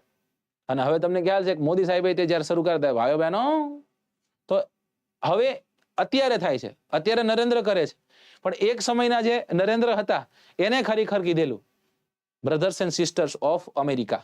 ઈસવીસન 1893 ની સાલમાં અમેરિકાના ચિકાગો ખાતે એક વિશ્વ ધર્મની પરિષદ ભરાણી હતી. એ જગ્યા પર એમને ગયા અને એમને એવું કીધું હતું કે મને કહેતા ગર્વ થાય છે કે જે ધર્મનો હું પ્રતિનિધિ છું તે ધર્મ જગતને સહિષ્ણુતા અને સાથે સાથે વિશ્વબંધુના પાઠ શીખવે છે. આપણે એમ થાય સાહેબ એ તો આપણી વાતો કરી ખાલી મોટી મોટી. નહીં દોસ્તો, તમે નાના હતા ને, બધા લગભગ નાના હતા, હે ને? હા હતા. તમે નાના હતા, સ્કૂલમાં જતા? હા સાહેબ જતા. સાહેબ, દેશ એકમાત્ર દેશ એવો ભારત છે કે ભારતના દેશની જે સ્કૂલો છે એ સ્કૂલોમાં જયારે પ્રાર્થના થાય ને, અને પ્રાર્થના વિશ્વ બંધુની વાત હોય, વિશ્વ એક, વિશ્વ કુટુંબની વાત હોય. સાહેબ, કઈ રીતના તમે કયો જોઈએ? મૈત્રી ભાવનું પવિત્ર ઝરણું મુજ હૈયામાં વહ્યા કરે, શુભ થાવ આ સકળ વિશ્વનું, એવી ભાવના નિત્ય રહે. આ એકમાત્ર દેશમાં બોલાય. સમજાઈ ગયું? બાકી પાકિસ્તાનમાં પાકિસ્તાનની જય, નેપાળમાં નેપાળની જય, બધામાં પોતપોતાની જય જ હોય છે. પણ ભારત જ તે એક એવો દેશ છે કે જેના છોકરાઓ જ્યારે ભણવા માટે જાય ને ત્યારે તે જગ્યા પર વિશ્વ બંધુની જે ભાવના છે એ ભાવનાની કેળવણી ત્યાં થતી આપણને જોવા મળે છે. ઓકે, ચલો તો આ થઈ ગયું સ્વામી વિવેકાનંદ વિશે. જોઈ લઈએ. સ્વામી વિવેકાનંદે શિકાગો અમેરિકામાં ભરેલી વિશ્વ ધર્મની પરિષદમાં કહ્યું હતું કે મને કહેતા ગર્વ થાય છે કે જે ધર્મનો પ્રતિનિધિ છું તે ધર્મ જગતને સહિષ્ણુતા તથા વિશ્વબંધુના પાઠો શીખવ્યા છે. Question number 14 on your screen. 14મો પ્રશ્ન આપણી સ્ક્રીન પર છે કે શ્રી હેમચંદ્રાચાર્ય ગ્રંથાલય ગુજરાતના કયા જિલ્લામાં આવેલું? જુનાગઢ, ભાવનગર, પાટણ કે ગાંધીનગર? ચલો 1.1 1100 લાઈક છે. ચલો આજે લેક્ચર ખતમ થાય ની પેલા 2000 લાઈક થાય કે ન થાય? કઈક નવો ટાર્ગેટ આપી, નવું કઈક કરી. હા કે ના? હા કે નાનો જવાબ દેજો. અને જો આ પાડો તો જવાબદારી તમારી થશે હો. ચલો ABCD ઈઝી ક્વેશ્ચન નાખો. એક અઘરો નાખવું છે કે ઈઝી નાખવું છે, કે અઘરો નાખવું છે કે ઈઝી નાખવું છે? બરાબર, ગોખી જ નાખજો. પાટણમાં આ એક કોષ્ટક છે ને ગોખી નાખવાનું છે.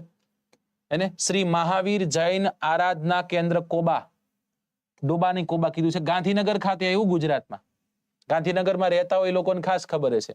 ખાસ કરીને ગાંધીનગરમાં રહેતા હોય અને હોસ્ટેલમાં રહેતા હોય એ લોકોને ખાસ ખબર હશે. કેમ કે હોસ્ટેલમાં શું હોય, 11 વાગે તમારે આવી જવાનું હોય પાછું. પણ 11 વાગે તમે આવો એની પહેલા તમે જે ઓલે ભાટક પદ્ધતિ કરો છો ને, અલગ અલગ જગ્યાએ તમે ભાટકો છો, રાઈટ? અલગ અલગ જગ્યાએ તમે ફરવા જાઓ છો, તો ત્યારે કદાચ ક્યાંક ચક્કર મારતા મારતા આ કોબા મળી ગયું હોય. પછી શ્રી હેમચંદ્રાચાર્ય ગ્રંથાલય પાટણમાં છે, ગુજરાત ખાતે. Vadodara museum and picture gallery Vadodara ખાતે છે, ગુજરાતમાં જ આવેલું છે. ચલો નેક્સ્ટ ક્વેશ્ચન તરફ જઈએ. 15મો, ભારત સરકારે કઈ સાલમાં કાયદો ઘડી અને મૂલ્યવાન કલાકૃતિઓ અંગેની માહિતી વ્યક્તિગત કે ખાનગી સંગ્રહાલયોની જાણકારી મેળવવી છે, મેળવવા માટે એ ઘડ્યો હતો? બરાબર, ઈસવીસન 1878, 1972, 1978 કે 1965? કદાચ આ ક્વેશ્ચન અઘરો પડશે.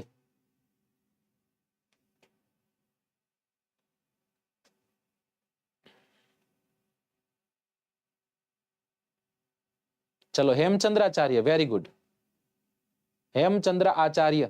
ઓકે, ચલો જેટલા લોકોની હાજરી છે બધા લોકો એક વખત સેશનને શેર કરજો. અહીંયા સાચો આન્સર શું આવશે? આ ક્વેશ્ચન થોડોક અઘરો છે. અઘરો ક્વેશ્ચન જોઈને નીકળી નહીં જવાનું. ઘણા લોકો શું કરે ખબર? નથી આવડતું, ખોટા ડીમોટિવેટ થાય. ડીમોટિવેટ નહીં, આજ પ્રશ્ન પૂછાઈ ગયો ક્યાં જઈશ ભાઈ તું? એટલે કહું છું કે એક વખત જોતો જાને, સમજો. સાચો આન્સર આવશે ઈસવીસન 1972. ઘણા લોકો ખૂબ સુપર અઠિયા મારતા હોય છે, બરાબર? ઘણા લોકોને કેવું હોય, આમ ટીક કરે ને ABCD મને લાગે C, એટલે એ એવા જબરદસ્ત લખના હોય કે જે કે ને એ જ થાય. અને ઘણા લોકો એવા હોય કે ઓલમોસ્ટ એને ખબર જ હોય આ જ થાય તોય ઊંધું થાય. સંગ્રહાલયોના જતન માટે આપણી ભૂમિકાઓ છે કે નહીં? હા, હોવી જોઈએ. ભારતીય નિધિ વ્યાપાર કાનૂન ઈસવીસન 1876 મુજબ કોઈ પણ નાગરિકને અચાનક, આ દુઃખ થાય વાત છે, કોઈ પણ નાગરિકને અચાનક કોઈ પૌરાણિક, કોઈ પ્રાચીન, કોઈ કલાત્મક ચીજ વસ્તુઓ, ઘર, ખેતર, કૂવો, તળાવ વગેરે બનાવતી વખતે તમે ઘર બનાવતા હોય અને પાયો ખોદો ને પાયામાં તમને ખોદકામ દરમિયાન મળી આવે તો પુરાતત્વ ખાતાને તેની જાણ કરવાની રહેશે, જેથી તેનું સંરક્ષણ થઈ શકે, જે તે સ્થાને અથવા તો સંગ્રહાલયમાં એનું સંરક્ષણ થઈ શકે.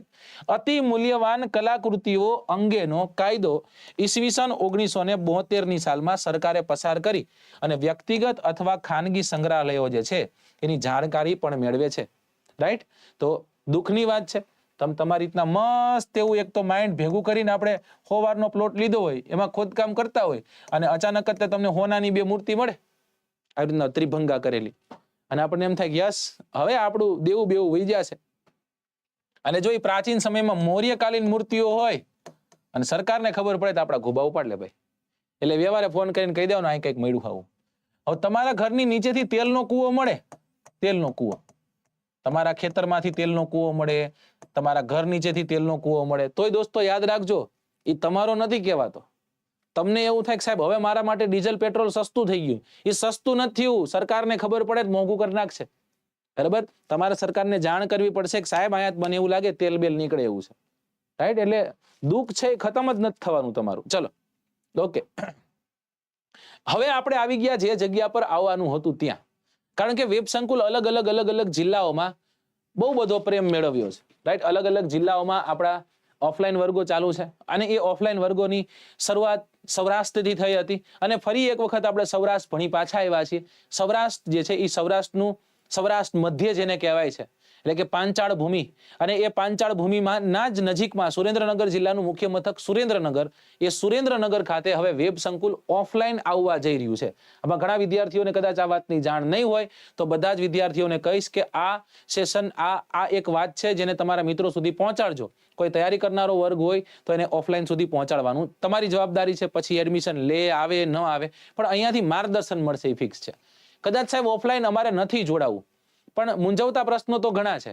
એ મૂંઝવતા પ્રશ્નનું જ તે નિવારણ થાય, રાઈટ, એનું જ તે નિરાકરણ થાય. એના માટે સૌરાષ્ટ્ર ઝાલાવાડ વિસ્તારમાં રહેતા જે પણ વિદ્યાર્થીઓ છે એ વિદ્યાર્થીઓ માટે એક ફ્રી માર્ગદર્શક સેમિનારનું આયોજન કરવામાં આવેલું છે.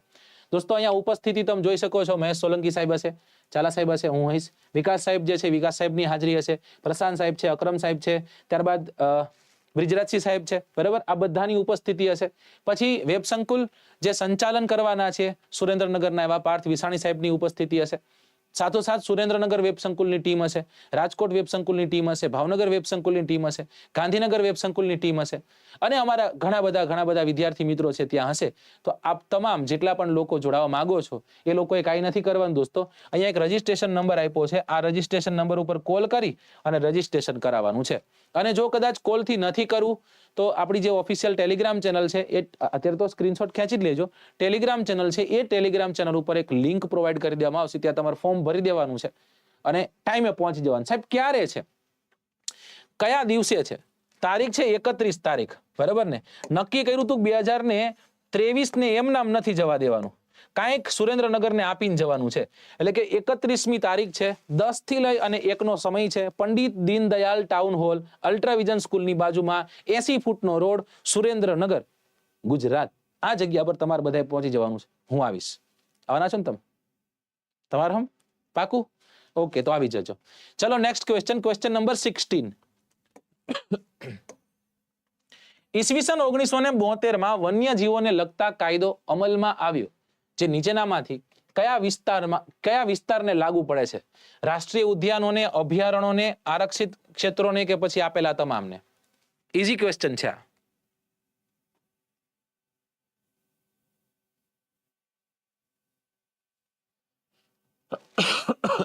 ચલો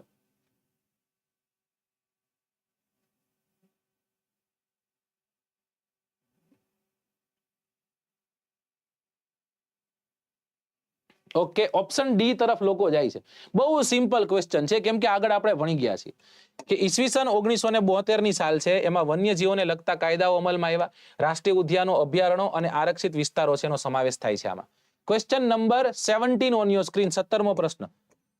પર્યાવરણનું અને વન્યજીવોના સંરક્ષણનું ખૂબ જ ઉપયોગી કાર્ય કરનારી સૌથી જૂની સંસ્થા જેને આપણે કહીએ છીએ મુંબઈ પ્રાકૃતિક ઇતિહાસ સમિતિ, એની રચના કઈ સાલમાં થઈ હતી? પેલા તો હમ ખાઈને કેજો તમને જે વાલું હોય એના, કે આ સંસ્થાનું નામ ક્યાં સાંભળ્યું છે? મુંબઈ પ્રાકૃતિક ઇતિહાસ સમિતિ. હે, આવું ક્યાંય વાંચ્યું જિંદગીમાં? ક્યાંય આનો ભેટો થયો છે? તમારી સામે આવેલું છે કે ભાઈ આવું કંઈક હું છું એમ? જો હોય તો હા પાડો, નકર ના પાડો. જે લોકો ચોપડી ઓપન કરીને બેઠા છે એ લોકોને કોંગ્રેચ્યુલેશન, અને જેને લાઈક નથી કરી એને એક વખત લાઈક કરવાનું કહીશું.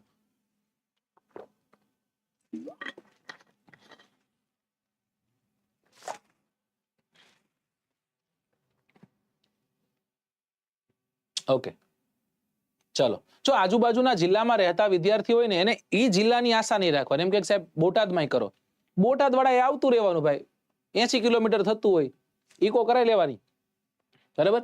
ચલો, સાચો આન્સર આવશે ઈસવીસન 1883. 1983 વર્લ્ડ કપ વાળી વાત ન કરતા. સરકાર ઉપરાંત વિવિધ સંસ્થાઓ અને સમિતિઓને પણ પર્યાવરણનું અને વન્યજીવોના સંરક્ષણનું ખૂબ જ ઉપયોગી હોય એવું કાર્ય કરતા આપણે જોઈએ છીએ. જેમ કે હું તમને એમ કહું કે ભાઈ માનવતાનું કાર્ય ખરેખર કોને કરવાનું હોય? માનવતાનું કાર્ય સરકારે કરવાનું હોય ને, રાઈટ? માનવતાનું કાર્ય હોય સરકારે કરવાનું હોય. જેમ કે કોઈ જગ્યા પર પૂર આવ્યું, બરાબર, કોઈ વ્યક્તિનું અવસાન થાય છે એટલે સરકાર શું તરત જ તે રાહત ફંડ જાહેર કરે છે, સરકાર તરત જ તે જે તે ફેમિલીને પૈસા આપશે, આવું કંઈક કરશે. કોકનું મકાન પડી ગયું હોય તો એ મકાન બનાવવાની જવાબદારી સરકાર લેશે, કાંઈ વાંધો નહીં, હું બનાવી દઈશ, રાઈટ. પણ કોક અલગ વ્યક્તિ પણ હોય છે કે આ સમાજમાં 7 કરોડની વસ્તીમાં, આ 7 કરોડની વસ્તીમાં એક વિરલો એવો પણ છે. અને આ વિરલો તમને ખ્યાલ છે દોસ્તો કે સરકાર તો પોતાના મનસુબાઓ સાર્થક કરવા માટે કામ કરતો હશે, પણ આ તો મનથી નક્કી કર્યું છે કે માનવતા માટે જીવન છે, એ જીવનને સમર્પિત કરવું છે. એવા ખજૂરભાઈ છે, નીતિન જાની. અને એ નીતિન જાની તમને ખ્યાલ છે કે દુર્ગમ વિસ્તારોમાં જે ખરેખર લોકોને જરૂર છે એવા લોકો સુધી પહોંચે છે, મકાનો બનાવી આપે છે. આપણને એમ થાય કે આટલો વિશાળ હૃદયનો માણસ કેમ હોઈ શકે, રાઈટ. બાકી કોઈ વિસ્તારે જઈ અને કદાચ 1 ડઝન કેળા આપ્યા હોય ને તોય વ્યક્તિ એમ કે છે કે ભાઈ 1 ડઝન કેળા તો જમાડ્યા હતા મેં હમણાં તમને. સર નીતિનભાઈ જાનીને આપણે જોઈએ છીએ કે સતત કાર્યશીલ રહે છે, એની ટીમ આખી કાર્યશીલ રહે છે. હમણાં તે પ્રભુતામાં પગલા માંડ્યા છે અને વેબ સંકુલ વતી અને મારા વતી તમામ વતી ખૂબ શુભેચ્છાઓ આપણે પાઠવીએ અને એમને કહીએ કે ભાઈ ખૂબ સારું એવું નિરોગી તમારું જીવન રહે, તમારું આ જે મેરેજ લાઈફ છે એ ખૂબ સક્સેસફુલ રહે અને આમ નામ તમે કામ કરતા રહ્યો અને ઇન્સ્પાયર કરતા રહ્યો, રાઈટ. ખરેખર દિલથી સેલ્યુટ છે એ માણસને. તો આમાં એ જ કહેવા માંગે સરકાર ઉપરાંત વિવિધ સંસ્થાઓ, સમિતિઓ પર્યાવરણનું અને વન્યજીવોના સંરક્ષણનું ખૂબ જ ઉપયોગી કાર્ય કરે છે. એમાં ઈસવીસન 1883માં સ્થપાયેલી જે મુંબઈ પ્રાકૃતિક ઇતિહાસ સમિતિ જે સૌથી જૂની સંસ્થા છે, હાલમાં ગીર ફાઉન્ડેશન, નેચરલ ક્લબ વગેરે છે. જેમ કે ગીર ફાઉન્ડેશન છે ને, ગીર ફાઉન્ડેશન, આ ગીર ફાઉન્ડેશન એટલે આપણે એમ જ લાગે ગીરની વાત કરો છો, તાલાલા ગીર નહીં, બધા ગીર. આ ગીર ફાઉન્ડેશન છે જે ગાંધીનગર ખાતે આવ્યું છે. Gujarat ecological educational and research foundation. Gujarat ecological એટલે આઈડિયા આવશે ને, ઇકોલોજી એટલે શું થાય? પર્યાવરણીય થયા. ઇકોલોજીકલ એડ્યુકેશનલ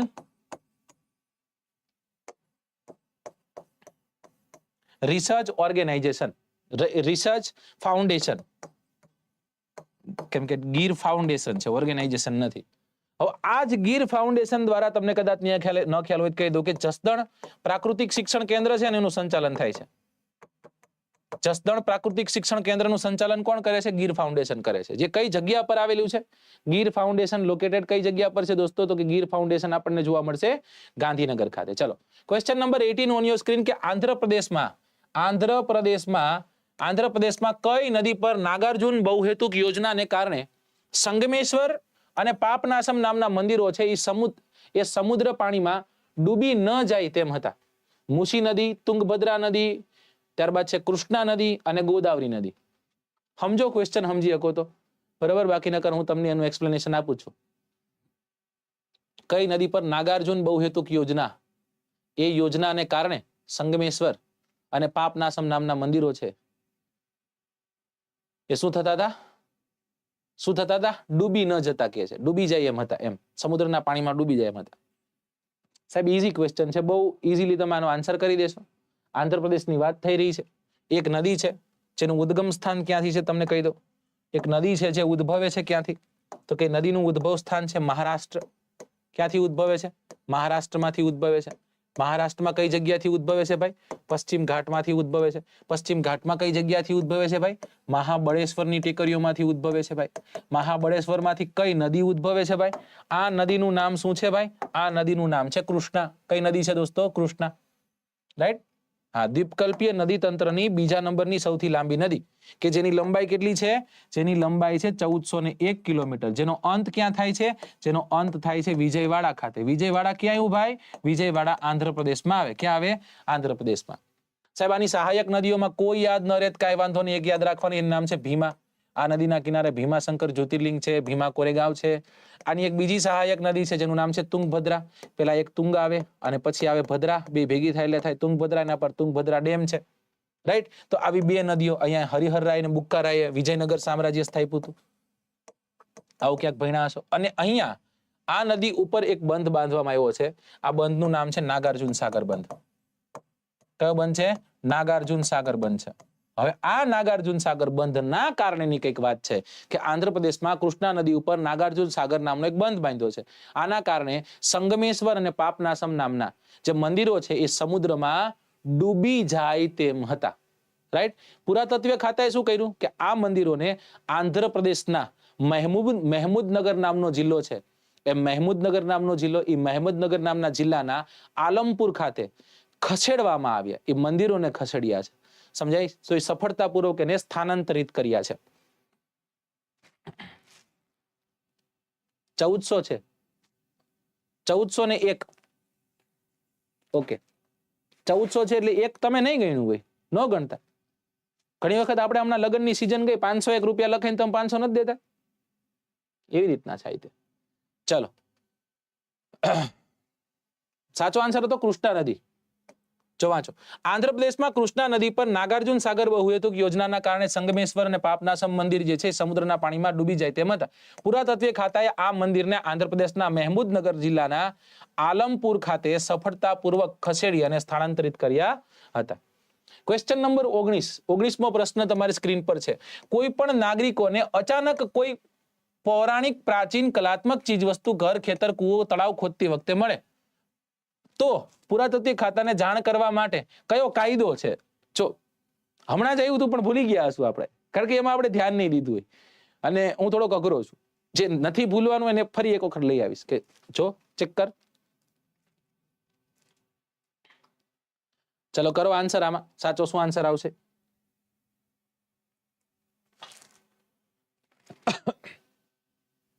બી. Okay okay. ભારતીય નિધિ વ્યાપાર કાનૂન પ્રાચીન સ્મારકો, પુરાતત્વીય સ્થળો અને અવશેષોને લગતો કાયદો ઈસવીસન 1958. મૂલ્યવાન કલાકૃતિઓ અંગેનો કાયદો 1972 કે પછી એક પણ નહીં? ભાઈબંધ ભણાવ્યું હતું, થોડીક વાર પહેલા જ ભણાવ્યું હતું, થોડીક વાર પહેલા જ ભણ્યા છીએ આપણે. કયો આવશે? ભારતીય નિધિ વ્યાપાર કાનૂન. બરાબર, આ જ લાઈન પેલી વાંચી હતી આપણે. ભારતીય નિધિ વ્યાપાર કાનૂન ઈસવીસન 1876 મુજબ કોઈ પણ નાગરિકને અચાનક કોઈ પૌરાણિક પ્રાચીન કલાત્મક ચીજ વસ્તુઓ ઘર, ખેતર, કૂવો, તળાવ વગેરે બનાવતા ખોદકામ કરતી વખતે મળી આવે તો પુરાતત્વીય ખાતાને તેની જાણ કરવાની હોય છે, જેથી તેનું સંરક્ષણ જે તે સ્થાને અથવા તો સંગ્રહાલય થઈ શકે. રાઈટ. ચલો ક્વેશ્ચન નંબર 20. ફાઇનલી આપણે 20 પ્રશ્નો પૂરા કર્યા છે, હજી 10 છે.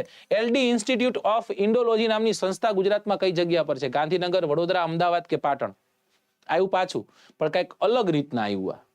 ઓલામાં શું હતું? હાંસિયામાં ક્યાંક આપ્યું હતું, હવે હાંસિયા બહાર કાઢ્યું છે આપણે આને.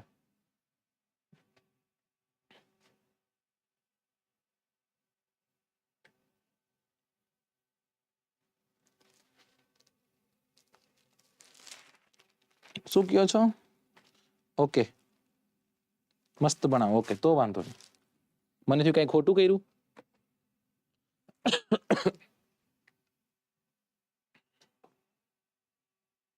ઓકે, ચલો સરસ સરસ સરસ સરસ. સી ને ફાઇનલ કરી દો. અમદાવાદ સાચો આન્સર છે. ક્વેશ્ચન નંબર 21, 21મો પ્રશ્ન. ઇલોરાની ગુફા વિશે નીચેનામાંથી અયોગ્ય વિધાન તપાસો. અહીં કુલ 34 ગુફાઓ મળી આવી છે. અહીં 16 નંબરની ગુફાઓ જે છે એમાં કૈલાસ મંદિર છે, જે એક જ પથ્થરમાંથી કોતરી બનાવવામાં આવેલું છે. આ ગુફાઓ ઈસવીસન 600 થી લઈને ઈસવીસન 1000 ના કાળ દરમિયાન બની છે. કરો આન્સર.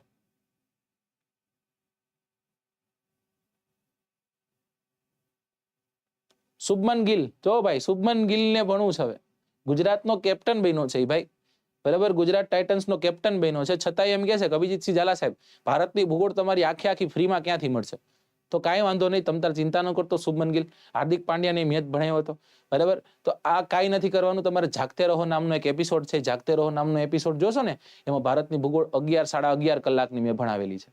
ओके, बस इतना कर दो, इतने में सब कुछ मतलब सारा का सारा आ जाता है, सारा का सारा भूगोल आता है.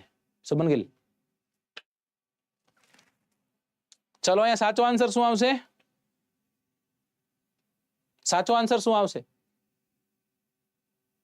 ફરી એક વખત ઓલી ટોન વગાડવાની છે ને, સરકારી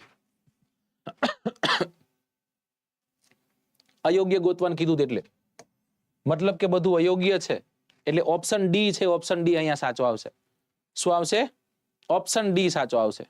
ચલો, કેની વાત કરી છે? ઇલોરાની ગુફાની વાત કરી છે. ગુફા સ્થાપત્ય, એ ગુફા સ્થાપત્યમાં આપણે ઇલોરાની ગુફાની વાત કરવાની છે. આ ભણી લ્યો એક વખત, એટલે આ ઇલોરાની ગુફામાં તમને પૂછાય ને એ તમને આવડી જશે. ઇલોરાની ગુફામાં આપણે શું યાદ રાખવાનું છે? તો ઇલોરાની ગુફા કઈ જગ્યા પર છે? મહારાષ્ટ્રમાં છે. મહારાષ્ટ્રમાં કઈ જગ્યા પર છે? મહારાષ્ટ્રના ઔરંગાબાદમાં છે. મહારાષ્ટ્રના કઈ જગ્યા પર? મહારાષ્ટ્રના ઔરંગાબાદમાં છે. તમને ખ્યાલ હશે આ એક ચલણી નોટ પર પણ છે. ઇલોરાની ગુફા છે ઈસવીસન 1983 ની સાલમાં જે ભારતની પહેલી વર્લ્ડ હેરિટેજ સાઇટો બની હતી 4, એમાંની આ એક હતી ઇલોરાની ગુફા. અજંતાની ગુફા, ઇલોરાની ગુફા, તાજમહેલ હતો અને કિલ્લો હતો આગ્રાનો. રાઈટ. તો મહારાષ્ટ્ર રાજ્યના ઔરંગાબાદ પાસે આ આપણને ગુફાઓ જોવા મળશે. સાહેબ કેટલી ગુફાઓનો સમૂહ છે? તો કે ઇલોરાની ગુફાઓ છે 34 ગુફાઓ છે. ટોટલ કેટલી ગુફાઓ છે દોસ્તો? તો કે ટોટલ 34 ગુફાઓ છે. આ 34 ગુફાઓમાં જૈનોની ગુફા, હિન્દુની ગુફા, જૈનોની ગુફા છે, હિન્દુ ધર્મને લગતી ગુફાઓ છે અને સાથે સાથે બૌદ્ધ ધર્મને લગતી ગુફાઓ છે. તો સૌથી પહેલા આપણે યાદ રાખો બૌદ્ધ ધર્મ. કયો ધર્મ? બૌદ્ધ ધર્મ. પછી યાદ રાખો હિન્દુ ધર્મ. રાઈટ. અને પછી ત્રીજો જે ફેથ છે જૈનિઝમ. ખરેખર આમ જોઈએ તો આ હિન્દુમાં જ આવે. આ કે ના હિન્દુમાં જ આવે. એટલે તે આ ત્રણેય જે આપણે વાતો કરી છે, ત્રણેય આપણે વાતો કરી છીએ એના જે ફાટાઓ છે ને, જૈનિઝમ તો આપણામાં જ ગણીએ, હિન્દુમાં જ ગણીએ, બૌદ્ધિઝમ જો કે બધા આપણા જ છે, બરાબર, કોઈ આપણું નથી ને આપણા નથી એવું નથી. પણ છતાંય તમે એમ કહો ને તમે તમારા ઘરમાં રહેતા એમને કે મમ્મી આપણા ઘરમાં આપણે જમવાનું બનાવી લીધું, આપણે એમ કહીએ, એનો મતલબ એવો નથી થતો.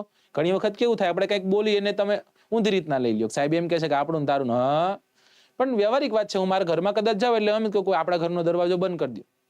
હું એમનો કોઈક બાજુવાળાનો દરવાજો બંધ કરી આવો. હું એમ નથી કહેવા માંગતો બાજુવાળો ખરાબ છે. સમજાય છે આખી વાત? તો બૌદ્ધ, હિન્દુ અને જૈન, તો આ બૌદ્ધ ધર્મને જે લગતી ગુફાઓ છે 1 થી 12 છે. કેટલી છે? 1 થી 12. અને યાદ કઈ રીતના રાખવાનું? 12 બૌદ્ધ, 12 બૌદ્ધ, 12 સુધી પછી. રાઈટ. 12 પછી શું આવે? 13 આવે. 13 થી લઈને 29 સુધીની ગુફાઓ કઈ છે? 29 સુધીની જે ગુફાઓ છે એ હિન્દુ ધર્મની ગુફાઓ છે. કયા ધર્મની ગુફાઓ છે? હિન્દુ ધર્મની ગુફા. હવે જૈનિઝમ આવી. જૈનિઝમમાં ઓછામાં ઓછી ગુફાઓ છે 30 થી લઈ અને 34. કેટલી? 30 થી લઈ અને 34. રાઈટ. તો ટોટલ ગુફાઓનો સમૂહ કેટલો છે? 34 ગુફાઓ છે. 1 થી લઈને 12 માં શું? તો કે બૌદ્ધ ગુફાઓ છે. 13 થી લઈને 29 હિન્દુ ગુફાઓ છે. 30 થી લઈને 34 જૈનિઝમને લગતી ગુફાઓ છે. આ એક વખત આ 12 ખબર પડી ગઈ પછી આ ગુફાઓનો ખાલી નંબર યાદ રહી જાય ને કે 13, 14, 15, 16, 17, 18, 19, 20, 21, 22, 23, 24, 25, 28, 29. એટલે કે 17 ગુફાઓ હિન્દુની યાદ રહી જાય ને એટલે 12 પછી 13 જ આવે, પછી 17 એડ કરી દેવાનું થાય. અને પછી બાકીનો જે ભાગ છે ને આપણે યાદ રાખવાની 5 ગુફાઓ કોની છે? જૈનિઝમની પણ છે. 5 ગુફાઓ જૈનિઝમની પણ છે. તમે એમ કહો સાહેબ યાદ નથી રહેતું, આ યાદ રખાઈ દઉં. 5 કઈ રીતના? સત્ય, અહિંસા, અસ્તે, અપરિગ્રહ અને બ્રહ્મચર્ય. 5 જે વ્રતો હતા. Okay sir. આમાંથી સાહેબ આગળ વધો ને બહુ થઈ ગયું, બહુ ફિલોસોફી કરી તમે. કંઈક નવું આપો કે હવે શું શું યાદ રાખવું પડશે. કોના સમય દરમિયાન તૈયાર થઈ? તો એવું કહેવાય છે કે રાષ્ટ્રકૂટ રાજાઓ, રાષ્ટ્રકૂટ રાજાઓ જે છે એ રાષ્ટ્રકૂટ રાજાઓના સમય દરમિયાન આ ગુફાઓનો સમૂહ બન્યો હશે. રાઈટ. હિન્દુ ધર્મની ગુફાઓનું નિર્માણ પહેલા થયું હશે. આ બધી જ ગુફાઓમાં એક ગુફા છે આ 13 થી લઈને 29 માં આવી અને એ ગુફા છે ગુફા નંબર 16 નંબર. અને આ 16 નંબરની ગુફા છે એ 16 નંબરની ગુફામાં આપણને કૈલાસ મંદિર જોવા મળશે. આ કૈલાસ મંદિર ખરેખર એમના ચિત્રમાં પણ જોવા જેવું છે કે એક જ પથ્થરને કાર્વિંગ કરીને એક મંદિર બનાવવામાં આવેલું છે. રાઈટ. તો એ કૈલાસ મંદિર છે, આની ઓળખ છે. 16 નંબર યાદ રાખવાનો છે. કૈલાસ મંદિર યાદ રાખવાનું છે. રાઈટ. કૈલાસ મંદિર 16 સાહેબ નથી યાદ રહેતું, યાદ રખાઈ દો. કૈલાસ એટલે ભગવાન શિવ થાય કે નહીં? હા સાહેબ થાય. હા થાય. શિવ એટલે મહાદેવ થાય કે નહીં? થાય સાહેબ. સોમનાથ થાય કે નહીં? હા સાહેબ થાય. સોમનાથ ઉપર ગજનવી આક્રમણ કર્યું હતું? હા સાહેબ કર્યું હતું. મોહમ્મદ ગજનવીએ કરેલું સોમનાથ ઉપરનું આક્રમણ ભારતનું કેટલામું આક્રમણ હતું? 16મું આક્રમણ હતું. ટોટલ 17 આક્રમણો કર્યા, એમાં 16મું આક્રમણ એને સોમનાથ મંદિર ઉપર કર્યું હતું. રાઈટ. પછી 17મા આક્રમણ દરમિયાન એ મૃત્યુ પામે છે. તો એમ પણ યાદ રાખી શકો 16મું આક્રમણ, સોમનાથ મંદિર, 16 નંબરની ગુફા અને કૈલાસ મંદિર. રાઈટ.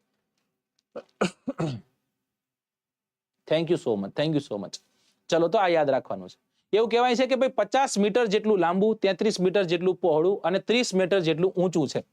50 મીટર જેટલું લાંબુ. કેટલા મીટર જેટલું? 50 મીટર જેટલું લાંબુ છે. 50 મીટર. સાહેબ પહોળાઈ કેટલી છે? પહોળાઈ છે 33 મીટર. પહોળાઈ કેટલી મીટર છે? 33 મીટર. પણ એમ કે એની ઊંચાઈ કેટલી છે દોસ્તો? તો એની ઊંચાઈ આપણને જોવા મળશે 30 મીટર. કેટલા મીટર?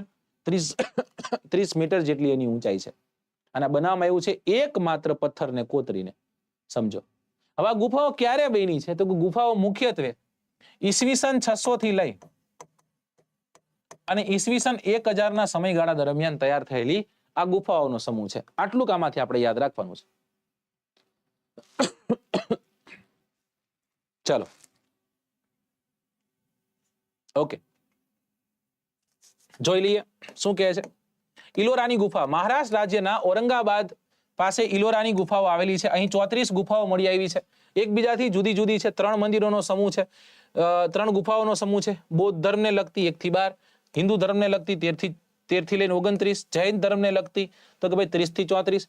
રાષ્ટ્રકૂટ રાજાઓના સમય દરમિયાન હિન્દુ ધર્મની ગુફાઓ છે એનું નિર્માણ થયું હતું. જેમાં 16 નંબરની ગુફા છે. 16 નંબરની ગુફામાં કૈલાસ મંદિર આવેલું છે, જે એક જ પથ્થરમાંથી તૈયાર થયેલું છે. 50 મીટર લાંબુ, 33 મીટર પહોળું અને 30 મીટર ઊંચું. દરવાજા, ઝરૂખા, સુંદર સ્તંભો, એની શ્રેણીઓ, આનું આ સુશાભન જોવા મળે છે અહીંયા આપણને. પહાડવાળા વિસ્તારોમાં આવેલી આ ઇલોરાની ગુફા છે એ ઈસવીસન 1600 થી લઈ અને 600 થી લઈ અને 1000 ના સમય દરમિયાન તૈયાર થઈ છે. પ્રાચીન ભારતીય સ્થાપત્યનું એક જીવતું પ્રદર્શન છે. બૌદ્ધ ધર્મ અને બૌદ્ધ, હિન્દુ અને જૈન વગેરે જેવા ધર્મને આ સમર્પિત ગુફાઓ છે. રાઈટ, તો ક્યારેક સમય મળે, જિંદગીમાં આગળ વધો અને તમે પાસ થાવ ને પછી તમે રાજકોટ હોય ને તમે માધાપર ચોકડીથી આગળ જાઓ તો તમારે શું કરવાનું છે? ત્યાં જવાનું છે. પણ માધાપર ચોકડીની આજુબાજુમાં કદાચ છો તમે તો તમારે રાજકોટ વેબ સંકુલ ખાતે આવવાનું છે. કારણ કે રાજકોટ વેબ સંકુલ ખાતે પીએસઆઈ ની એક બેચ મુકાઈ ગઈ છે. આ પીએસઆઈ ની બેચમાં તમે જોઈ શકો છો આ ફેકલ્ટીઝ છે. વિમલ ભટ્ટી સાહેબ છે, હરદેવસિંહ સાહેબ છે, અનિતા મેડમ છે, હું છું, બરાબર, મહેશ જયેશ સાહેબ છે, પછી ગોયલ સાહેબ છે, રાઈટ, બ્રિજરાજસિંહ સાહેબ છે. આની સાથે સાથે જો આ લેક્ચર્સ છે અત્યારે, આની સાથે સાથે બીજા ઘણા લેક્ચર્સ છે, જેમ કે અકરમ સાહેબ છે, જેમ કે પ્રશાંત ચૌહાણ સાહેબ છે. તો આ બધા શિક્ષકો છે, શિક્ષકો અહીંયા તમને ભણાવવાના છે. ચલો, બેચ સ્ટાર્ટ થઈ ગઈ છે પીએસઆઈ ની અને ડેમો લેક્ચર પણ ચાલુ છે. એડમિશન લેવા માટે તમારે કોલ કરવાનો છે 777791 777791 2255. આ નંબર નો લાગે તો 777791 7255 આ નંબર પર કોલ કરવાનો છે. ઓકે, ચલો, ક્વેશ્ચન નંબર 22. અજંતાની ગુફાઓ મહારાષ્ટ્રના કયા જિલ્લામાં આવેલી છે? અજંતાની ગુફાઓ છે એ મહારાષ્ટ્રના કયા જિલ્લામાં આવેલી છે? તમને ઓપ્શન આપેલા છે મુંબઈ, નાગપુર અને ઔરંગાબાદ. ચલો કરો આન્સર આનો. મુંબઈ, નાગપુર અને ઔરંગાબાદ. ચલો ઓપ્શન સી કરી રહ્યા છો બધા.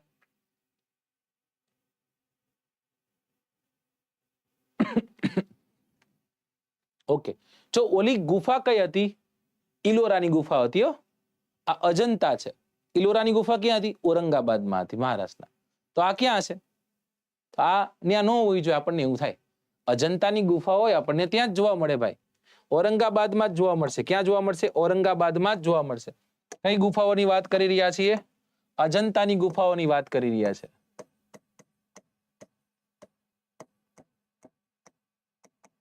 બરાબર, અજંતાની ગુફાઓ ભારતીય ગુફા સ્થાપત્યનો બેહમૂન નમૂનો છે. રાઈટ, એક વખત ખરેખર સમય મળે તો જોવા જેવી, કારણ કે ખાસ કરીને એનું જે કાર્વિંગ્સ છે, એની મૂર્તિકળા છે, સાથે સાથે એની ચિત્રકળા છે, એના માટે ખાસ જાણીતું છે.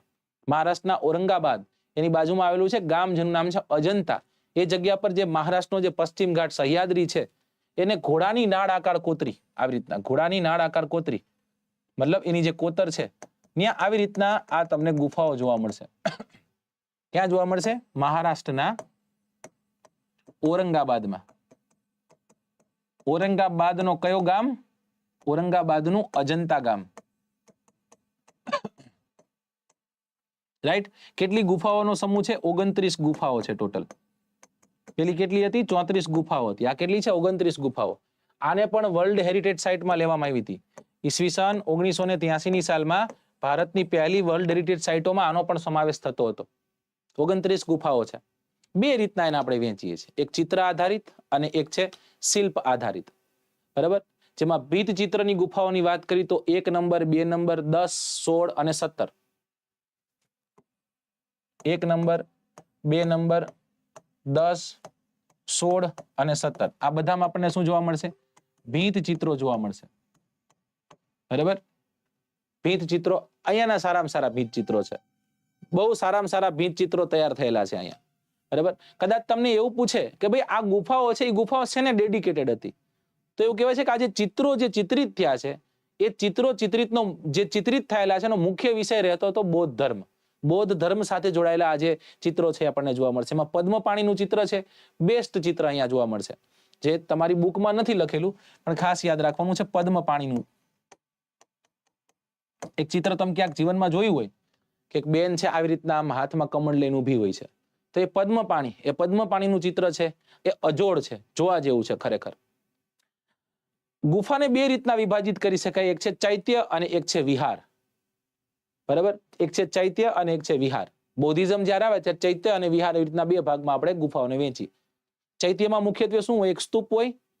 મતલબ કે આપણે મંદિર કેમ હોય, મંદિર અને ધર્મશાળામાં કેટલો ફેર? તો મંદિરમાં ભગવાન રહે, ધર્મશાળામાં માણા રહે, એવી રીતના. તો ચૈત્ય છે ને, ચૈત્યમાં એક સ્તૂપ હોય અને એ સ્તૂપમાં લોકો પૂજા અર્ચના માટે આવે. જ્યારે વિહારનો મતલબ વિહાર કરવા માટે, થાકીને પછી એ કવિ ત્યાં થઈ જાય. સમજાઈ ગયું? તો એમાં 9 number, 10 number, 19 number, 26 number, 29 number આ ચૈત્ય ગુફાઓ છે. જ્યારે બાકીની જે બધી જ ગુફાઓ છે કેવી છે? વિહાર ગુફાઓ છે. સાહેબ, ગુજરાત અને અજંતાનો કઈ સંબંધ ખરો? અજંતાની ગુફાઓ માટે એક વ્યક્તિએ એક મોટું પુસ્તક લખ્યું હતું, અજંતા કલા મંડપ. સાહેબ, અજંતા કલા મંડપ કોને લખેલું હતું? ગુજરાતના સૌથી શ્રેષ્ઠ ચિત્રકાર, જેને આપણે કહીએ છીએ રવિશંકર રાવળ.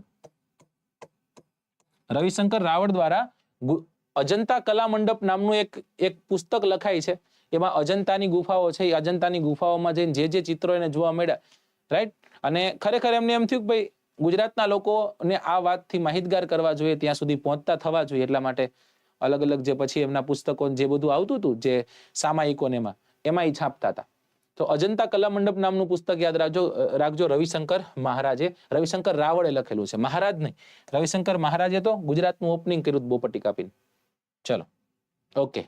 તો આ અજંતા ગુફાઓ છે, એ અજંતા ગુફાઓ મહારાષ્ટ્ર રાજ્યના ઔરંગાબાદ જિલ્લાના અજંતા ગામ પાસે આવેલી છે. સહ્યાદ્રી પર્વતમાળાને કોતરી અને ઘોડાની નાળ આકારે 29 ગુફાઓ છે. વાસ્તુકળાની દ્રષ્ટિએ અજંતાની ગુફાઓ છે એ મહત્વની છે. અહીંની ગુફાઓ બે ભાગમાં વહેંચી શકાય છે, ચિત્રકળા આધારિત ગુફાઓ અને શિલ્પકળા આધારિત ગુફાઓ. ભીત ચિત્ર આધારિત ગુફાઓ પૈકી 1, 2, 10, 16, 17 નંબરની ગુફાઓ, રાઈટ, જેના ભીત ચિત્રો અજોડ છે, ઉચ્ચ કક્ષાના ભીત ચિત્રો છે. ચિત્રોનો મુખ્ય વિષય છે બૌદ્ધ ધર્મ. અજંતાની ગુફાઓ બે પ્રકારે બે ભાગે પાડી, ચૈત્ર અને વિહાર. એમાં 9, 10, 19, 26 અને 29 ગુફાઓ છે, આ ચૈત્ય છે. બાકીની બધી કેવી છે? વિહાર છે. ચલો નેક્સ્ટ ક્વેશ્ચન. Question number 23. એલિફન્ટાની ગુફાઓ વિશે નીચેનામાંથી અયોગ્ય વિધાન પસંદ કરો. બે ગુફા થઈ ગઈ, આ સાહેબ થઈ ગઈ. હવે ત્રીજી ગુફાનો આપણે ગોબો ઉપાડીએ, અને એ છે એલિફન્ટાની ગુફા. આ ગુફાની સંખ્યા 7 છે, મતલબ 7 ગુફાઓ છે. આ જગ્યા પર એલિફન્ટા નામ, આ જગ્યાને એલિફન્ટા નામ અંગ્રેજોએ આપ્યું હતું. ઈસવીસન 1987માં યુનેસ્કો દ્વારા વૈશ્વિક વારસાના સ્થળો જે છે, એ વારસાના સ્થળોમાં એલિફન્ટાની ગુફાને સ્થાન આપવામાં આવ્યું. અને અહીંના સ્થાનિક માછીમારો આ સ્થળને ધારાપુરી તરીકે ઓળખે છે. ચલો કરો આન્સર. ABCD. એક વખત જોજો પેલા કવિ શું કહેવા માંગે છે. પૂછ્યું છે શું, જોજો.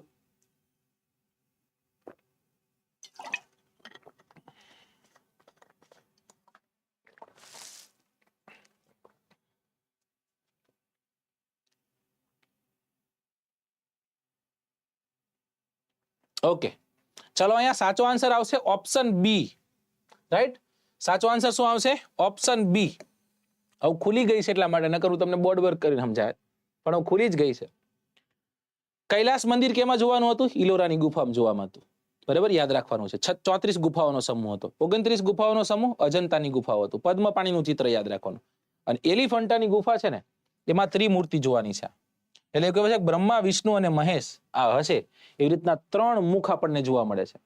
એલિફન્ટા એટલે શબ્દ એલિફન્ટા એટલે ખ્યાલ પડી છે સાહેબ, આ તો એલિફન્ટ જેવો કંઈક શબ્દ છે. હા, આ ગુફા જ્યારે ભારતમાં પોર્ટુગીઝો આવે છે ત્યારે પોર્ટુગીઝો આ જગ્યા પર જાય છે, અને એ જગ્યા પર જતા ત્યાં એલિફન્ટ એટલે કે હાથી છે, એ હાથીનું એક સ્થાપત્ય જોવા મળે છે, એક કાર્વિંગ જોવા મળે છે.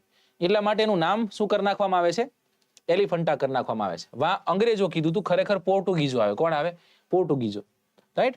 એમણે આ નામ અહીંના પથ્થરોમાંથી કોતરેલા હાથીના શિલ્પના કારણે આપ્યું હતું. અહીંની ગુફાઓ જે છે એમાં અનેક સુંદર શિલ્પ કૃતિઓ કંડરવામાં આવેલી છે, જેમાં ત્રિમૂર્તિ બ્રહ્મા, વિષ્ણુ, મહેશ ની આ જે ગણના છે દુનિયાની સર્વોત્તમ મૂર્તિઓમાં થાય છે. એ ગુફા નંબર 1 માં આવેલી છે. ઈસવીસન 1987ની સાલમાં યુનેસ્કો દ્વારા વૈશ્વિક વારસાના સ્થળોમાં એલિફન્ટાને સ્થાન આપવામાં આવેલું હતું. 87 સુધી યાદ રહેવું જોઈએ. ઈસવીસન 1983 થી ચાલુ કરી અને 87 સુધી. પછી તાજેતરના જે પણ છે, તાજેતરના જેટલા પણ છે તમારે યાદ રાખવાના છે વર્લ્ડ હેરિટેજ સાઇટ. કેમ કે ટોટલ ભારતની જેટલી વર્લ્ડ હેરિટેજ સાઇટો છે એના પ્રશ્ન પૂછાવાની સંભાવનાઓ વધી ગઈ છે. ખજુરાહોના મંદિરો એ મધ્યપ્રદેશના કયા જિલ્લામાં આવેલા છે? અલીરાજપુર, છતરપુર, ઇન્દોર કે પછી ભોપાલ? ચલો, જે છોકરાઓએ લાઈક નથી કર્યું એક વખત સેશનને લાઈક કરો જોઈએ ભાઈ. રાઈટ, નવા આવ્યા છે એક વખત લાઈક કરી નાખો તો. Like the session. ઓકે, જે મારી પાસે, હું એમ નથી કહેતો મારી પાસે ભણ્યા હોય તે, પણ મારી પાસે ભણ્યા છે ને એ લોકોને આ બહુ સારી રીતના ખ્યાલ હશે. કારણ કે મારો એક નિયમ છે, નિયમ એ છે કે નકરું વારંવાર એની જ વાતોને ઘણી વખત લઈ આવું એટલે પછી ભૂલાય નહીં. તો કે મધ્યપ્રદેશ નામનું રાજ્ય છે. આ મધ્યપ્રદેશ અને ઉપર યુપી છે. આ યુપી અને મધ્યપ્રદેશની જે સરહદ છે એ જગ્યા પર આપણને એક વિસ્તાર જોવા મળે છે, જેને આપણે બુંદેલખંડ કહીએ છીએ. આ બુંદેલખંડમાં મધ્યકાલીન ભારતના ઇતિહાસમાં રાજપૂત શાસકોનું શાસન હતું અને એ રાજપૂતો જે હતા એ ચંદેલ વંશના હતા. અને એ ચંદેલ વંશના રાજપૂત રાજાઓ છે, એ રાજપૂત રાજાઓએ મધ્યપ્રદેશનો હાલનો જે છત્રપુર નામનો જિલ્લો છે, છતરપુર કયો, યાદ રાખજો, આ જિલ્લા ખાતે ફેબ્રુઆરી મહિનામાં ખજુરાહો ઉત્સવ ઉજવાય છે. કયો ઉત્સવ ઉજવાય? ખજુરાહો ઉત્સવ ઉજવાય છે. એ ચંદેલ વંશના રાજાઓએ અહીંયા મંદિરો બનાવ્યા છે. અને આ મંદિરો કદાચ તમને પૂછે કઈ શૈલીના છે તો કહેવાનું છે નાગર શૈલીના મંદિરો છે. કઈ શૈલીના મંદિરો છે? નાગર શૈલીના. આ મંદિરો જે છે, મંદિરોની જે મૂર્તિકળા છે, એ મૂર્તિકળા દેશ વિદેશથી આવતા લોકો અસમંજસમાં મુકાઈ જાય છે. રાઈટ. અને વાત્સાયન જે છે, વાત્સાયનનું જે કામાસૂત્રા નામનું જે પુસ્તક છે, બરાબર, અને એનાથી પ્રભાવિત થઈ અને ત્યાં આપણને મૈથુન્સ જોવા મળશે. ઓકે, પણ એવું કહેવાય છે કે આખા મંદિરમાં માત્ર જે આઈડોલ્સ છે 9% જ છે, બાકી બીજું બધું છે. પણ લોકો શું કરે કે કોઈ વસ્તુ નેગેટિવ એને દેખાય, લાગે કે આ નેગેટિવ છે, એને પકડી પાડે. રાઈટ. પણ આના ઉપરથી એક આઈડિયા આવે છે કે એ સમય દરમિયાન લોકો સેક્સ એજ્યુકેશનને કેટલું માનતા હશે. ઘણો સમય વયો ગયો, ત્યારની હું વાત કરી રહ્યો છું. તો ત્યારના લોકો જે છે, ત્યારના લોકોની અવેરનેસ છે, એ અવેરનેસને ખરેખર આપણે સેલ્યુટ કરવું જોઈએ. સાહેબ, આ ક્યારે બની હતી, કઈ રીતના હતી? બરાબર. એવું કહેવાય છે કે ઈસવીસન 950ની સાલ, ઈસવીસન 950 થી લઈ અને 1050 સુધીનો જે સમયગાળો છે ને, ત્યારે આ મંદિરો બન્યા હશે. સાહેબ, કેટલા મંદિરોનો સમૂહ હતો? 80 મંદિરોનો સમૂહ હતો. સાહેબ, આજે 80 જોવા મળે? કદાચ હું આજે ઇકો કરીને જાઉં, આમ 4-5 મિત્રો ભેગા છીએ, બધા અત્યારે નીકળી જાય તો 80 મળશે. હયાત જો કદાચ તમને પૂછે તો આજે 25 મંદિરોનો સમૂહ છે. કેટલા મંદિરોનો સમૂહ છે? 25 મંદિરોનો સમૂહ આપણને જોવા મળશે. લગભગ મોટા ભાગના મંદિરો છે એ ભગવાન શિવ સાથે જોડાયેલા છે, પણ ઘણા વૈષ્ણવ સંપ્રદાયને પણ ડેડિકેટેડ છે, ઘણા જૈનિઝમને પણ ડેડિકેટેડ જોવા મળે છે. રાઈટ. અહીંયા 64 જોગણીનું મંદિર જે છે એ પણ મુખ્ય મંદિર છે, બરાબર ને. તોરણની જે અલગ અલગ રીતના જે કોતરણીઓ છે, એ કોતરણીઓ જોવા જેવી છે. કદાચ તમને પૂછે કે કયા ખડકના બનેલા છે આ મંદિરો, તો ગ્રેનાઇટના બનેલા છે. કયા ધર્મને ડેડિકેટેડ કરે છે? હિન્દુ ધર્મના શૈવ જે સંપ્રદાય છે એને ડેડિકેટેડ છે. વૈષ્ણવ સંપ્રદાયને પણ ડેડિકેટેડ છે, પણ ઓછા જોવા મળે, બરાબર. અને બાકી જૈનિઝમ જે છે, જૈનિઝમને પણ ડેડિકેટેડ છે. કોને બનાવ્યા છે? રાજપૂત રાજાઓ. કયા હતા? ચંદેલ વંશના. કઈ જગ્યા પર? મધ્યપ્રદેશનો છત્રપુર નામનો જિલ્લો. ખજુરાહો ઉત્સવ પણ ઉજવાય. કઈ સાલ દરમિયાન બન્યા? આટલું સારું કામ થયું તો પછી મેં કીધું મોદી સાહેબ કાંઈક કરો, પણ મોદી સાહેબ નહોતા ત્યારે. ઈસવીસન 1987ની સાલ લગભગ હતી, ત્યારે આ ખજુરાહોના જે શેલ્ટર્સ છે એને વર્લ્ડ હેરિટેજ સાઇટમાં નામાંકન મળ્યું હતું. એટલે કે વિશ્વ વિરાસત સાઇટ તરીકે આની ગણના થાય છે, ખજુરાહોના જે મંદિરો છે એની. ચલો, ત્યાંથી આપણે આગળ વધીએ અને this will be the last question. આ છેલ્લો પ્રશ્ન છે કે દિલ્હીમાં આવેલા કુતુબ મિનારનું બાંધકામ કોને પૂરું કરાવ્યું હતું? કુતુબુદ્દીન ઐબક, રજિયા સુલતાન, ઇલ્તુત્મિશ કે પછી બબ્બન? બલબન છે, બબ્બન નહીં, બબ્બન અલગ આવે, એ ઓલો રેપિડો વાળો. बब्बन की सलाह रेपिडोज पुला, ये नहीं, आ अलग है। चलो ऑप्शन सी तरफ जाए છે। Thank you so much, thank you so much. બસ આમ પ્રેમ આપતા રહેજો। જ્યારે પણ હું ફ્રી થાઉં છું ને દોસ્તો, ત્યારે હું ઓફલાઈન સેશન માગી જ લેતો હોઉં છું, રાઈટ। અને વેબ સંકુલ મને કહે છે કે સાહેબ તમારે જ્યારે જવું હોય ત્યારે તમે કહેજો, બરાબર ને। અને મને જ્યારે ટાઈમ મળે છે ત્યારે એમ કહેતો હોઉં છું કે હવે મારે એક ઓફલાઈન વિડીયો ઓનલાઈન વિડીયો કરવો છે, તો હું લગભગ આવી જતો હોઉં છું। મહિનામાં 2-3 વખત આવું છું, બધું નથી આવી શકતો, પણ કાંઈ વાંધો નહીં, હવે એટલું તેટલું દમામો કરતા કાણોમામો શું ખોટો। સી આવે એમ કે છે, ઇલ્તુમિસ કે છે, તો સાચા છો। ઇલ્તુમિસ કોણ છે? ઇલ્તુમિસ, જેને તમે ઇલ્તુત્મિસ પણ કહો છો।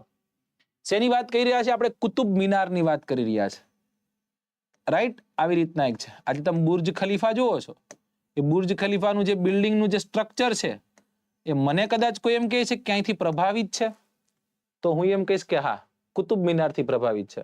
હું મારું કોઈ માનતું નથી ઘરે, પણ હું આવું કહું છું એમ, બરાબર સાહેબ। કેટલા માળનો છે કુતુબ મિનાર? કદાચ એવો તમને પ્રશ્ન પૂછે તો કુતુબ મિનાર જો આ કેક નથી હોય, હેપી બર્થડે ટુ યુ નથી કરવાનો, તો શું છે? આ 1, 2, 3, 4 અને 5 માળનો છે। સાહેબ કોને બનાવ્યો છે? કુતુબુદ્દીન ઐબકે। કુતુબુદ્દીન ઐબકે, આ કુતુબુદ્દીન ઐબકે આ કુતુબ મિનાર બનાવવાની શરૂઆત કરી। સાહેબ કોના માનમાં? નામ કેમ રાખ્યું એનું કુતુબ મિનાર? તરત લગાડે કુતુબ મિનાર, કુતુબુદ્દીન ઐબક, પોતાના નામ ઉપર લાગે નો લાગે? યાદ રાખજો, કુતુબ મિનારનું નામ કુતુબુદ્દીન ઐબકે પોતાના નામ પર નહીં, તો પોતાના ગુરુ કુતુબુદ્દીન બખ્તિયાર કાકી, રાઈટ, એમના નામ ઉપર રાખ્યું હતું। કુતુબુદ્દીન બખ્તિયાર કાકી એમના નામ ઉપર રાખેલું હતું। સલ્તનત કાળનું સૌથી સારામાં સારું સ્થાપત્ય પૈકીનું આ એક છે। 12મી સદીમાં તૈયાર થયું હતું કુતુબ મિનાર। કુતુબુદ્દીન ઐબક ગુલામ વંશનો હતો ને, 12મી સદીમાં આવ્યો હતા ભાઈ, હા રાઈટ। કુતુબુદ્દીન ઐબક આવ્યો હતો, ઓકે ચાલો। ગુલામ વંશનો રાજા હતો। ગુલામ ગુજરાતમાં નહોતો આવ્યું, ખિલજી આવ્યું, તગલક આવ્યું, લોધી અને પછીના જે બે છે એ નો આવ્યા, વચ્ચેના બે છે એ આવે છે, આગળનું એક નથી આવતું। ગુલાબ ખીલે તો સાંસ લો, તો ગુલામ નથી આવતું, તગલક આવે છે, પછી ગુલાબ ખીલે તો ખિલજી આવે, પછી તગલક આવે। આ બે ગુજરાતમાં જોવા મળે, ખિલજી અને તગલક।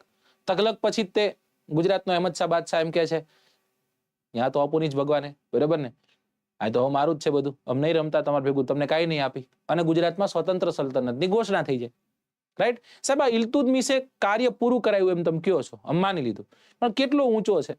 આ 72.5 મીટર ઊંચો છે।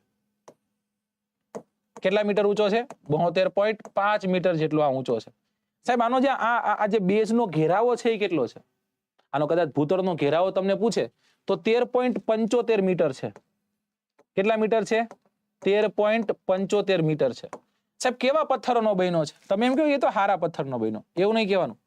લાલ રંગના પથ્થરો છે અને સાથો સાથે સફેદ રંગના જે માર્બલ છે એનો બનેલો છે। કે કેવા પથ્થરોનો બનેલો છે એવું પૂછે શું કહેવાનું? લાલ રંગના પથ્થરો છે અને આરસ પથ્થર છે એનું આ બનેલું છે, એનું આ બાંધકામ આપણને જોવા મળશે। ઓકે સરજી। પહેલો માળ બનાવ્યો ત્યાં આ ભાઈ લુલકી ગયા, બરાબર, એટલે પછી હવેના આ માળ કોને બનાવ્યા? તો કે હવેના આ માળ તૈયાર કોને કર્યા હતા? તો કે એની પછી જે રાજા શાસનમાં આવે છે એનું નામ શું હતું? કુતુબુદ્દીન ઐબક પછી કોણ શાસનમાં આવે છે? તો કે કુતુબુદ્દીન ઐબક પછી આવે છે ઇલ્તુમિસ કે ઇલ્તુત્મિસ, જે તમે કયો ઈ। કોણ આવે છે? ઇલ્તુત્મિસ આવે છે। પણ તમે કદાચ ક્યાંક ભણતા હશો ઇતિહાસમાં, તો ઇતિહાસમાં જે છેલ્લો માળ છે કોને બનાવ્યો હતો એવો કદાચ પ્રશ્ન પૂછે, પાછો ઇલ્તુત્મિસ નથી આવતો, કોણ હશે? આરઆર નહીં આવે તો જાણો કઈક, તમે શીખો છો, તમે તમારો સમય નથી વેસ્ટ કરતા, સમજો। કોકની રીલો જોશો, બરાબર ને, નો જોવાનું બધું જોશો તો તમે તમારો સમયને વેસ્ટ કરી રહ્યા, અહીંયા તમે કઈક જ્ઞાન મેળવી રહ્યા છો। અને ખરેખર લાગે છે કે આરઆર નથી આવતો, માર તૈયારી નથી જ કરવાની, તો ચોપડી પેક કરી, બરાબર, પસ્તીમ દઈ દો બધું, અને સાહેબ ક્યાંક ધંધે વળગી જાઓ। ઘણા લોકોને ટેવ હોય યાર, આરઆર આવ્યો નથી આવ્યો ને હવે હું, ઘણા લોકો તો શિક્ષકો ફ્રીમાં ભણાવતા હોય ન્યાય મન ફાવે એવું લખી જાય કે તમે નથી આરઆર આવતો ને તમે તમારી રીતના તમારા ધંધાનું કરો હો, આ કરો હો ને તે કરો। ભાઈ તું ફ્રીમાં ભણવા આવ્યો છો, તું ફ્રીનું લઈને જાને, સમજો। લોકો ઘણા છે ને, ઘણા ગાડું બોલવાળા લોકો છે, ઘણા સારું બોલવાળા લોકો છે, સારાને તમે ધ્યાને લ્યો ને, બરાબર, તો એ આરઆર આવશે તો આપણે જોઈ લઈશું. બાકી હમણાં આરઆર છે જ ને, રાજસ્થાન રોયલ, એ તો આવવાની જ છે. ચલો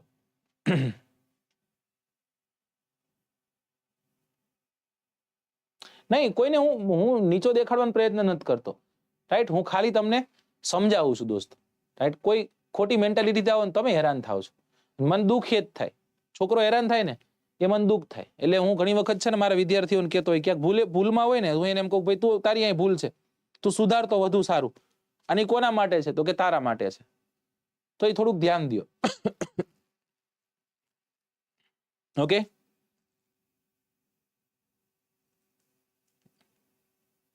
ચલો. જેટલા પણ વિદ્યાર્થીઓ જોડાયા છો એ પહેલા તો એક વખત આ બધા જ વિદ્યાર્થીઓ આ સેશનને એક વખત લાઈક કરી દો તો દોસ્તો. કેમ કે સેશનને તમે લાઈક નહીં કરો તો મને કેમ ખબર પડશે કે આ સેશન ખરેખર તમને પસંદ આવ્યું હતું? બરાબર. આ તમારી લાઈક, તમારી કોમેન્ટ્સ છે ને એ જ તે અમને પ્રોત્સાહિત કરતી રહેતી હોય છે આગળ સારું કામ કરવા માટે. બરાબર. તો અહીંયા એક વખત આ કુતુબ મિનારની આપણે વાત કરી, આટલી ડિટેલ છે એ તમારી પાસે હોવી જોઈએ. બરાબર. જે મેં તમારી સમક્ષ મૂકી. માત્ર 25 ક્વેશ્ચન આપણે ભણી શક્યા છીએ. 2 કલાકમાં 25 પ્રશ્ન ખાલી ભણાવ્યા છે મેં તમને. પણ 25 પ્રશ્ન નહીં, ખાતરી સાથે કહું છું 250 ક્વેશ્ચન આપણે ભણ્યા છીએ. કેમ કે એટલી ડિટેલમાં જોઈ છે. A B C D આપણને આવડતું જ નથી. ડિટેલમાં ભણાવવાનું, બાકી ભણાવવાનું નહીં. મહિને એક જ વખત આવવાનું. તો ઓકે, ચાલો. સૌથી પહેલું કામ હશે તમારું લાઈક કરવાનું, પછી તમારે શેર કરી દેવાનું. જેવો સેશન ખતમ થાય એટલે તમારી કોમેન્ટ્સ મૂકવાની છે. તમને ખરેખર શું પસંદ આવ્યું, કયો ક્વેશ્ચન વધુ પસંદ આવ્યું એ પણ તમે કહી શકો છો, રાઈટ. અને કયા લેક્ચર્સને હું વધુ લાવું એ પણ તમે કહી શકો છો. કારણ કે તમે જે સજેશન્સ આપશો ને એ જ કરશું. ચોપડીને જ કન્ટિન્યુ જ કરવાના છે. પણ છતાં મારી પાસે કાંઈ નવું ભણવા માંગો છો તો તમે મને કહેજો, જ્યારે સમય મળશે ત્યારે હું તમારા માટે કંઈક બનાવતો રહીશ. બરાબર. બાકી વેબ સંકુલને ખૂબ બધો પ્રેમ આપજો, શેર કરજો, સબસ્ક્રાઇબ કરજો, તમારા વિદ્યાર્થી મિત્રો સુધી પહોંચાડજો. વેબ સંકુલ રાજકોટને પણ એટલો જ તે પ્રેમ આપજો. અને સુરેન્દ્રનગર જો કદાચ તમે આવવા માંગો છો તો 31 તારીખે સેમિનાર છે, એમાં રજીસ્ટ્રેશન કરાવી લેજો. રાજકોટની જે બેચ મુકાણી છે PSIની 8:30 થી 10:30ની, એમાં તમારે આવવું છે તો પણ રજીસ્ટ્રેશન કરી લેજો. બધી વિગતો તમને વેબ સંકુલ રાજકોટ ટેલિગ્રામ ચેનલ છે, વેબ સંકુલની આપણે ઓફિશિયલ ચેનલ છે, એ બધામાં તમને મળી જવા પાત્ર છે બધી માહિતીઓ. આશા રાખું છું કે આજનું સેશન અને આજનો દિવસ તમારો ખૂબ સારો રહ્યો હશે. ફરી એક વખત તમારી સમક્ષ મળવાનો મોકો મળશે ત્યારે હું તમારી સમક્ષ હાજર થઈ જઈશ. ત્યાં સુધી મને રજા આપો. જય હિન્દ, જય ભારત.